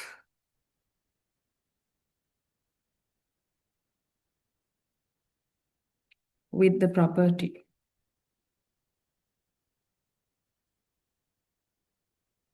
for all A, B in G. A star B is equal to B star A is called an abelian group. This is an abelian group. Right. Most of the groups that we have seen so far, almost all the groups are abelian. Right? Now let's take now once again going over the definition, abelian means this binary operation is commutative, right? For any two elements that you take, A star B, if it is equal to B star A, we say that this group is an abelian group. Okay. Now let's see this example. Let's take x to be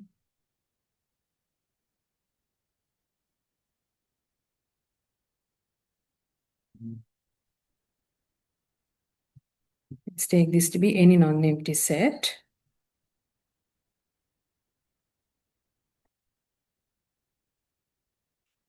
And let Sx be the set of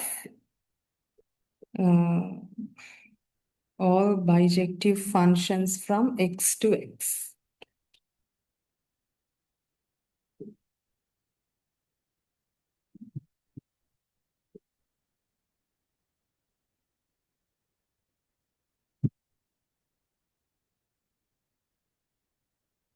X to x. That means S of x would contain functions where f is from x to x and it's a bijection. So this is 1 to, it's on to and 1 to 1. Right? Okay. Now we define a group by taking the binary operation over this to be function composition. Okay. Let's define a group.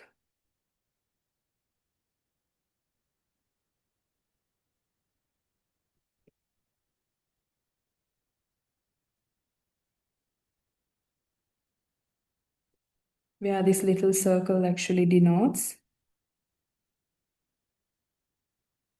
function composition.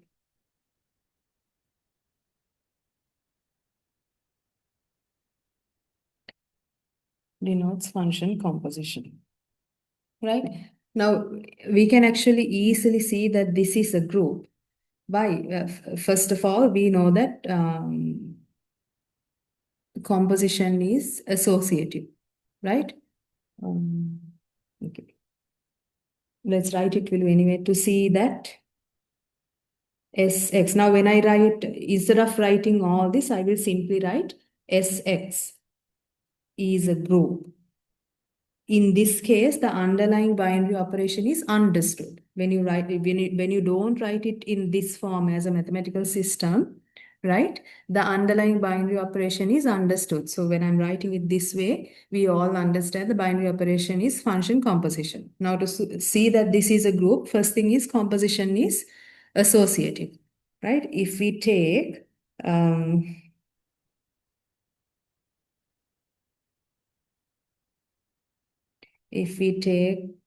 functions f, g, h in Sx, right? F composite, g composite h of x by definition is what? F of g composite h of x. This is what? F of g of h x, right?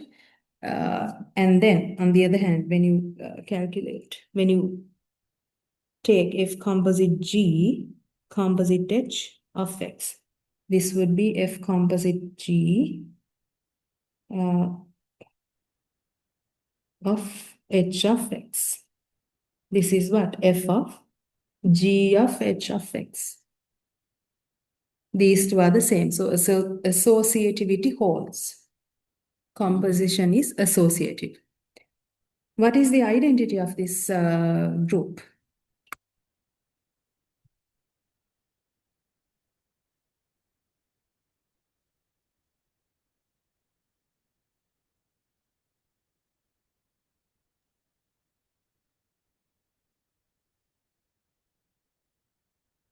The identity of this group? If in Sorry?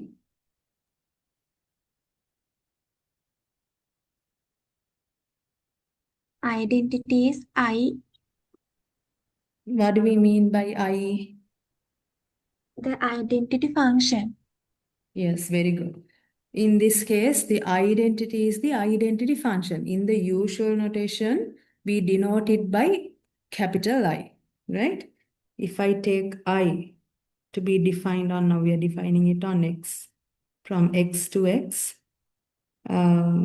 define I from x to x by I of x equals x. This is the identity function. Every element is fixed by this function, right? As you can see, it is 1 to 1. If you have ix1 equals ix2, I of x1 equals I of x2, we have x1 to equal x2 by definition of the function. Therefore, it's 1 to 1. It is on to, because you take any value over here in the codomain that is being mapped to by itself, right? And therefore, it's on to. Therefore, this is the identity function. And this is the identity of the group. How do we see this? Now, first of all, let me write. I is an element in Sx. Since it is a function from x to x, I is a bijection from x to itself, right? Now, to see that this is truly the identity, let's take f to be any element in the set Sx, right? And let's find f composite I.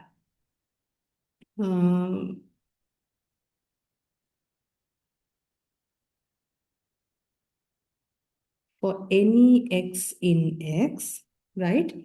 Let's find f composite I of x. What do we have? We have f of I of x, which ends up being f of I of x we can replace by x, f of x. Okay? Now, this is true for all values in x, right? This is true for every value in x. Since this is true for every value in x, we see that this implies that f composite I is equal to what? F. On the other hand, if you calculate I composite f of x, we have I of f of x. Now f of x is some value in x. By this identity mapping, it will be mapped to itself. So this ends up being f of x. This is also true for any element in the set x. Therefore, we have I composite f to equal f. That is, we have for an arbitrarily chosen function from an arbitrarily chosen element in Sx, I composite f to equal f composite I to equal f. So by definition of the identity, we can conclude I is the identity of this set.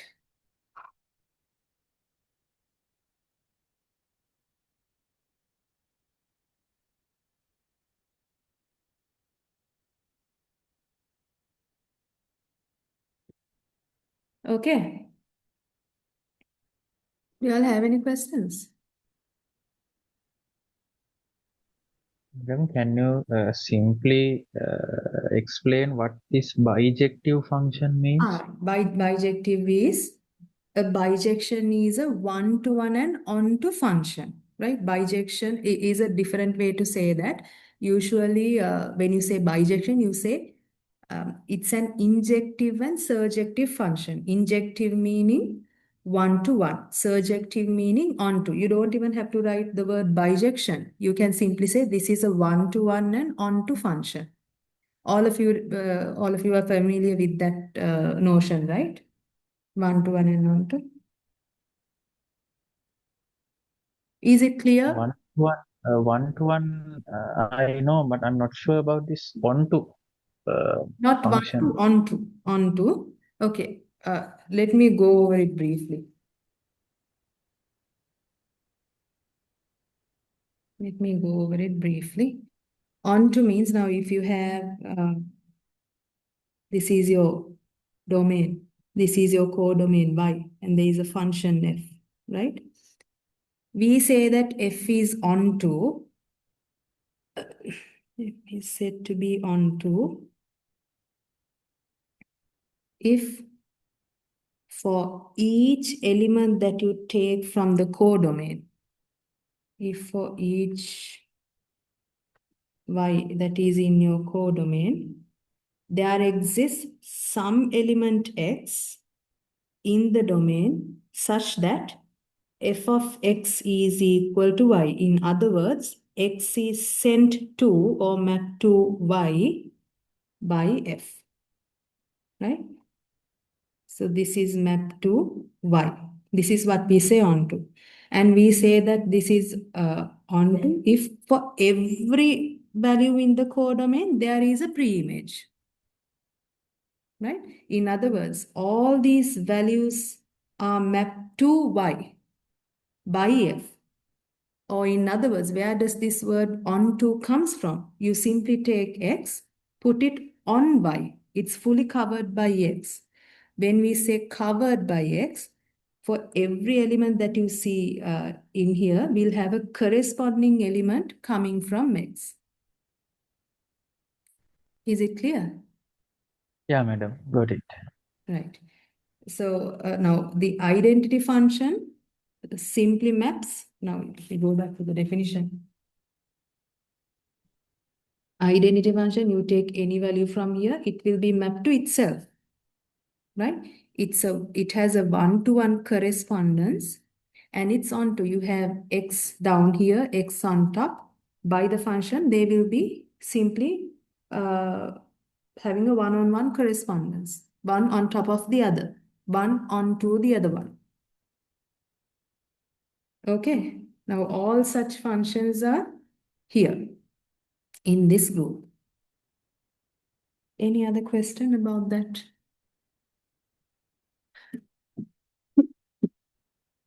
Sorry. So now we understand I is the identity function on X is the identity of this group. How do we find inverses?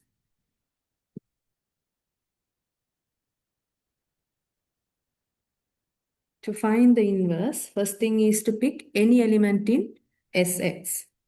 That's right. So we take any function, any element f from Sx. We understand f is a function from x to x, that is onto and 1 to 1. What is the inverse of f in this case?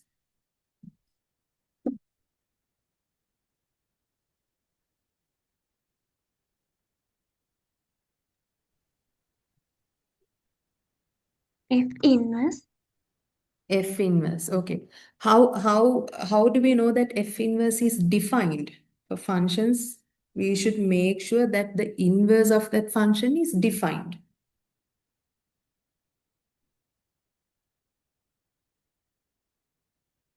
Very good, by the way, the inverse is F inverse, yes. But how do we know that F inverse exists?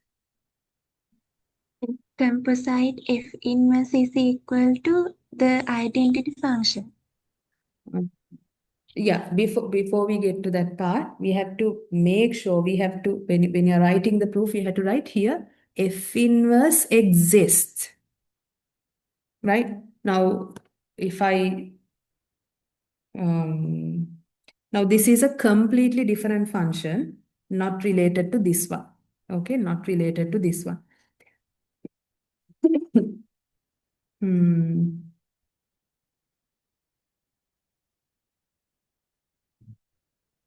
Let's take this one.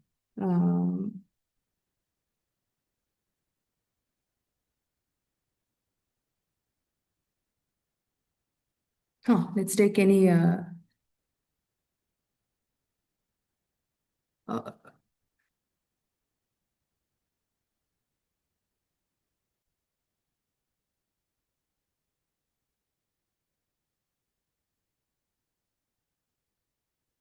okay, that was completely unrelated. Okay, let me write it separately.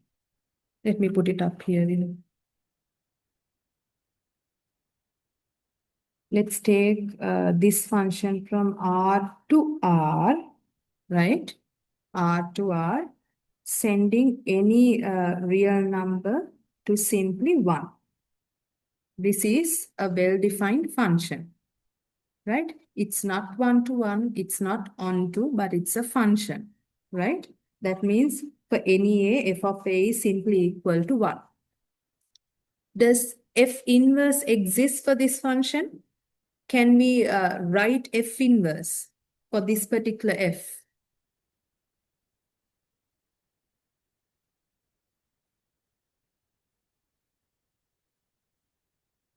No. No, why is that?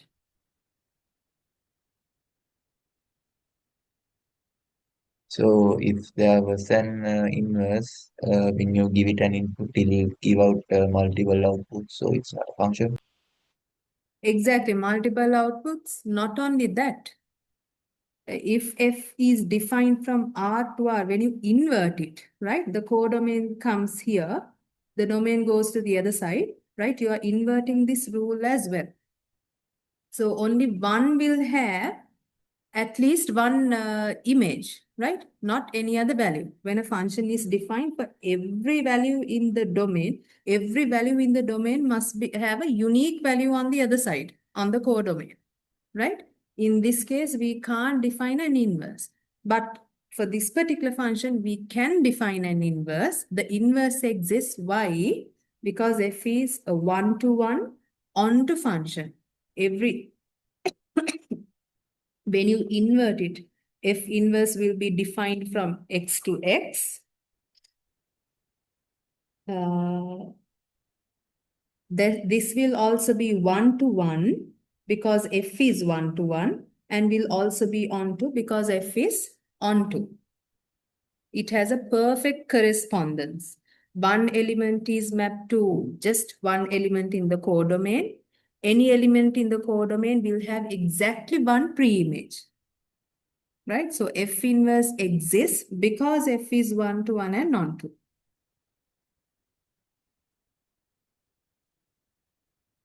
Not only that, this exists. This is also a one-to-one and onto function. And so, f inverse is an element in the set Sx. By definition of an inverse of a function, we know that f composite f inverse is simply equal to the identity function. Right? Is simply equal to the identity function. This is equal to f inverse composite f as well. So the so for any element that you take from the set, an inverse would exist. So all three axioms are satisfied, all three conditions are satisfied. This is a group under function composition.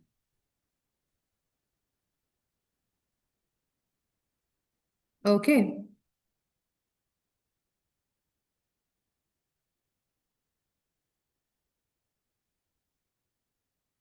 Right.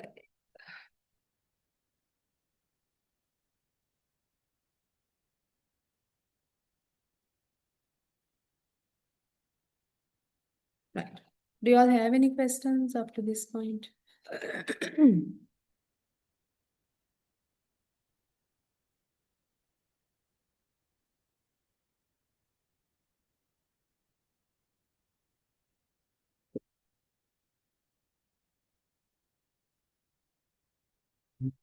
Okay.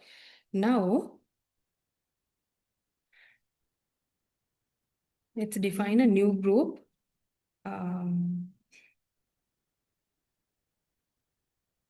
Sx for some particular x. So let's take x to be, say, 1, 2, and 3. Right?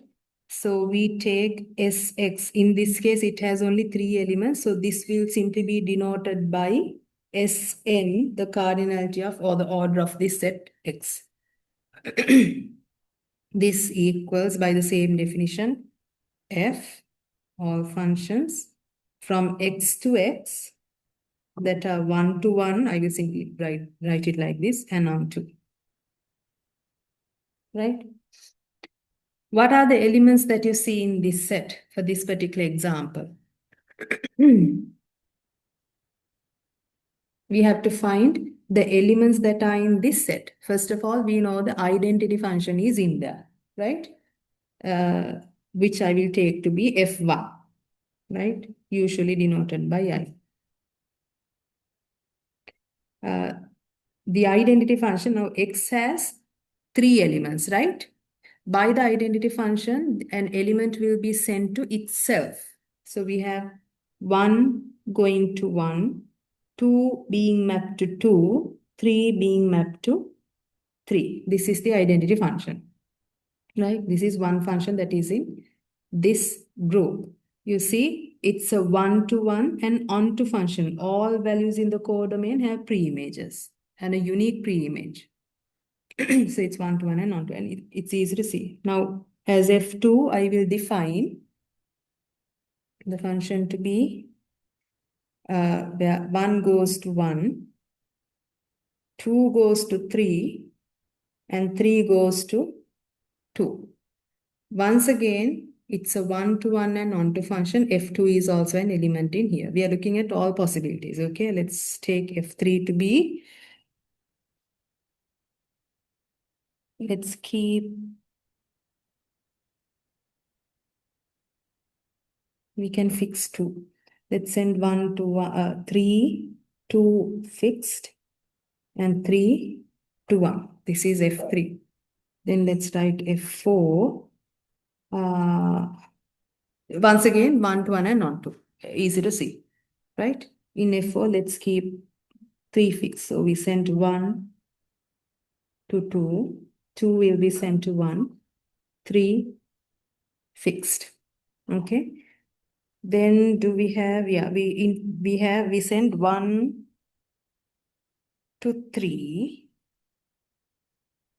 1 to 2. 2, let's send to 3. 3, we permute it back to 1. Then we have the last one, where we send 1 to 3, 2 to 1.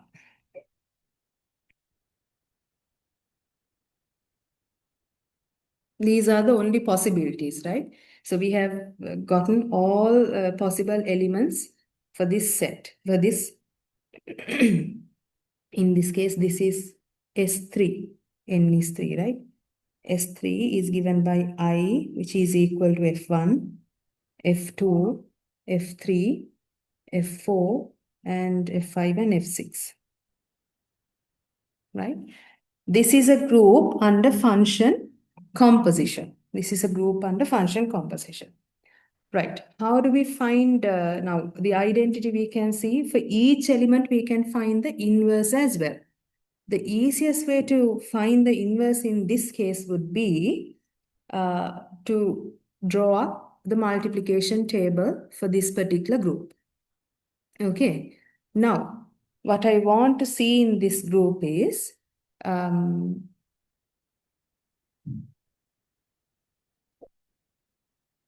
let's take the composition.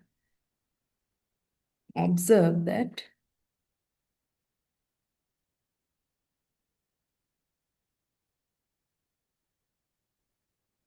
F2 composite F3. F2 composite F3. Right. Now to find this function, we go to F3, right? 1 goes to 3.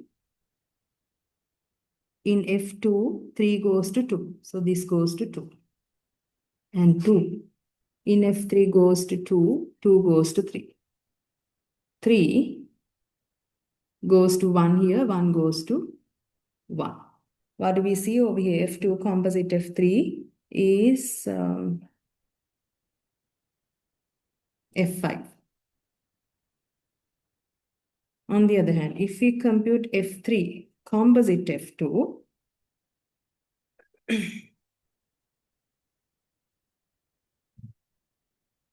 we have 1 goes to 1 and 1 goes to 3. 2 goes to 3. And here 3 goes to 1. And 3 goes to 2 and 2 goes to 2. And this is given by F6. Now, with this, is this group abelian?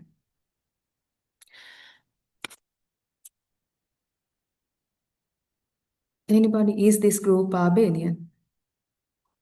No. No, this is not abelian, as you can see from this example.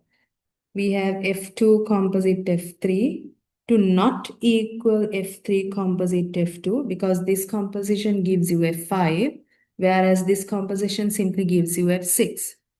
These two are different. So this is the binary operation composition is not commutative. Therefore, S3 is not abelian. It is not abelian. Okay, do you all have any questions up to this point?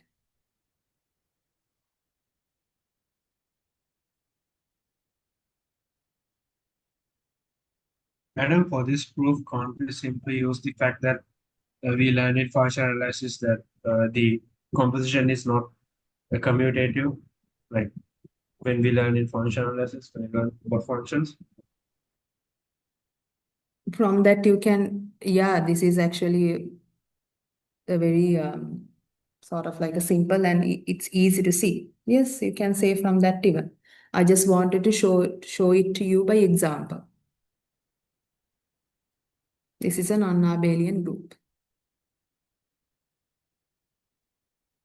Okay.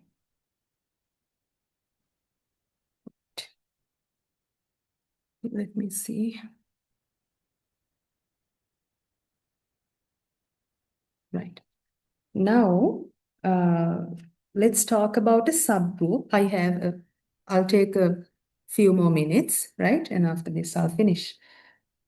Right. Now, when we talk about sets and subsets, what do we mean by a subset? You are given a big set, and when you talk about a subset of that, we mean elements, some collection of elements in that set, right? So when it comes to a subgroup, we have the same idea, but now we do have the binary operation defined on it, right? So given a group, we can always define a subgroup, right? There will for any given group, there will always be a subgroup, at least one subgroup, okay? How do we define the subgroup? If G is a group under the binary operation star, right? Sorry.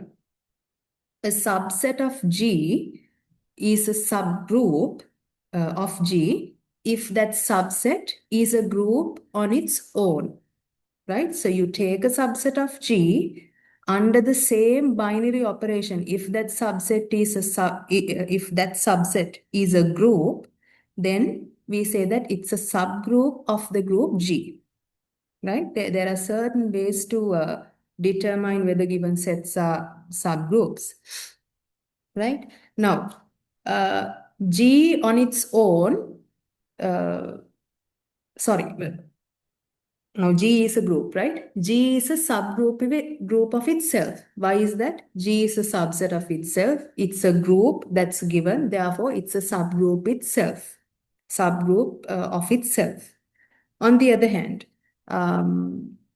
so for any given group, right, there will always be at least one subgroup. That's what I said. And if you consider this one,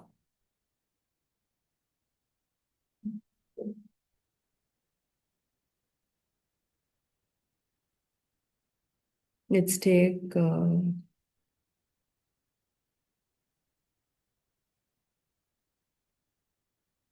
right, and let's take the set containing 0, right? Now observe, this is a subset of Z, right? Simply containing one element. It only contains one element. So we want to know whether H together with addition is a group. Is this a group? under addition, this set?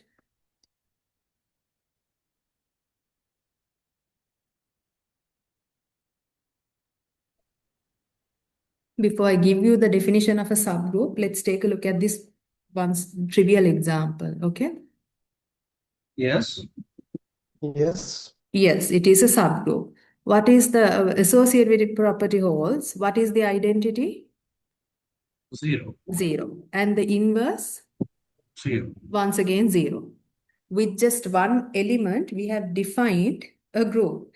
And see, we have actually included the identity. This is what we call the trivial subgroup of the group Z over addition. This is the trivial subgroup. It's a subgroup. Why? It's a subset of Z. Not only that, it's a group on its own. It's a group on its own. Therefore, we say that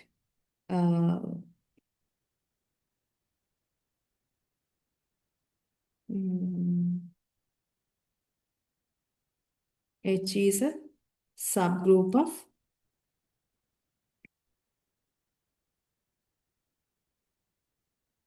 Z under addition. And we denote this by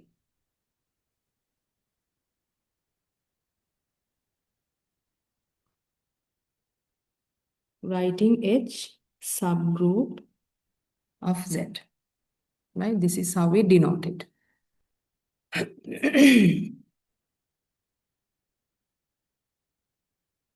Right. So let me write the proper definition first of all.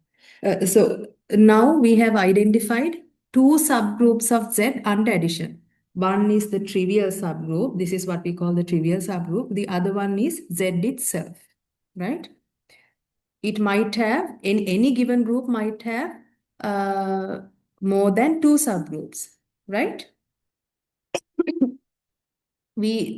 It might have, right? But we know for sure it has at least one subgroup.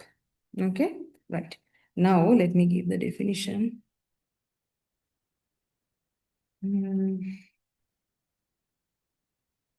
Let's take G to be a group.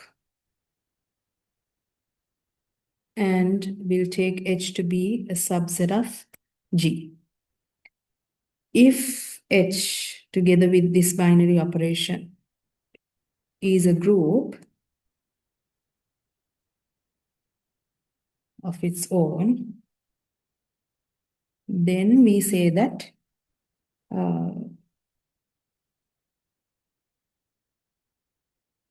H is a subgroup of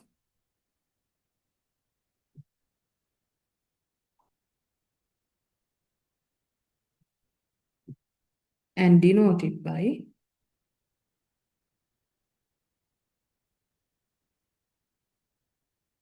H subgroup of G. We denote it by this. Okay, now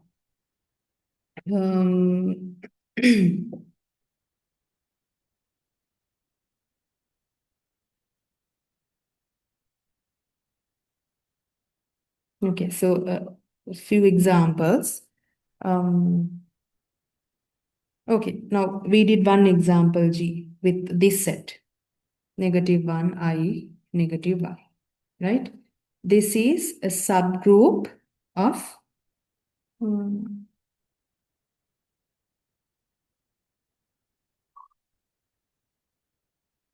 how do we denote it?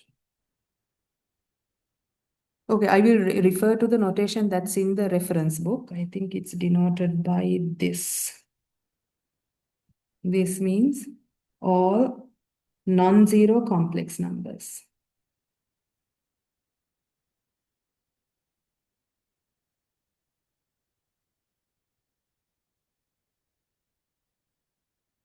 When you put the star, I think, to check it again. Yeah, C star denotes all non-zero complex numbers, right? So in this case, we have G is a subset of C star, right? All non-zero complex numbers are here and it's a group under multiplication. So it's a subgroup of this group, right? Okay. Right.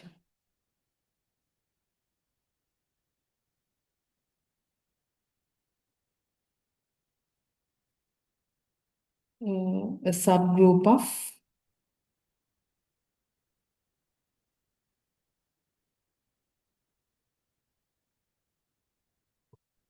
or you can simply take R even, doesn't really matter. Let's put R. All non-zero reals together with the binary operation multiplication. Is this a subgroup of this group? They are both groups on their own.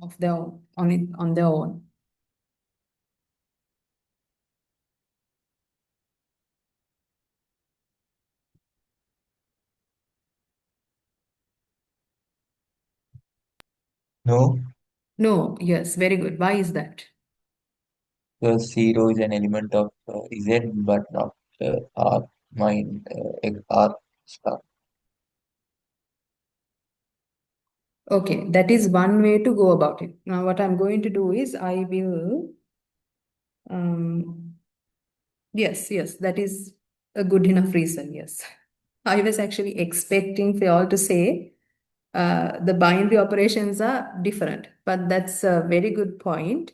Yes, this is not really a subset of this. So from the get-go, you can simply say can't be a subgroup because it's not even a subset. On the other hand, if you want to check, right, and apart from that, if you want to check that a given group is a subgroup of another group, right, a bigger set, the binary operation should also be the same. So the binary operation, the subset should inherit the binary operation from this big set, its superset. Okay, Okay, miss. right. Right. Do you all have any questions before I conclude the session?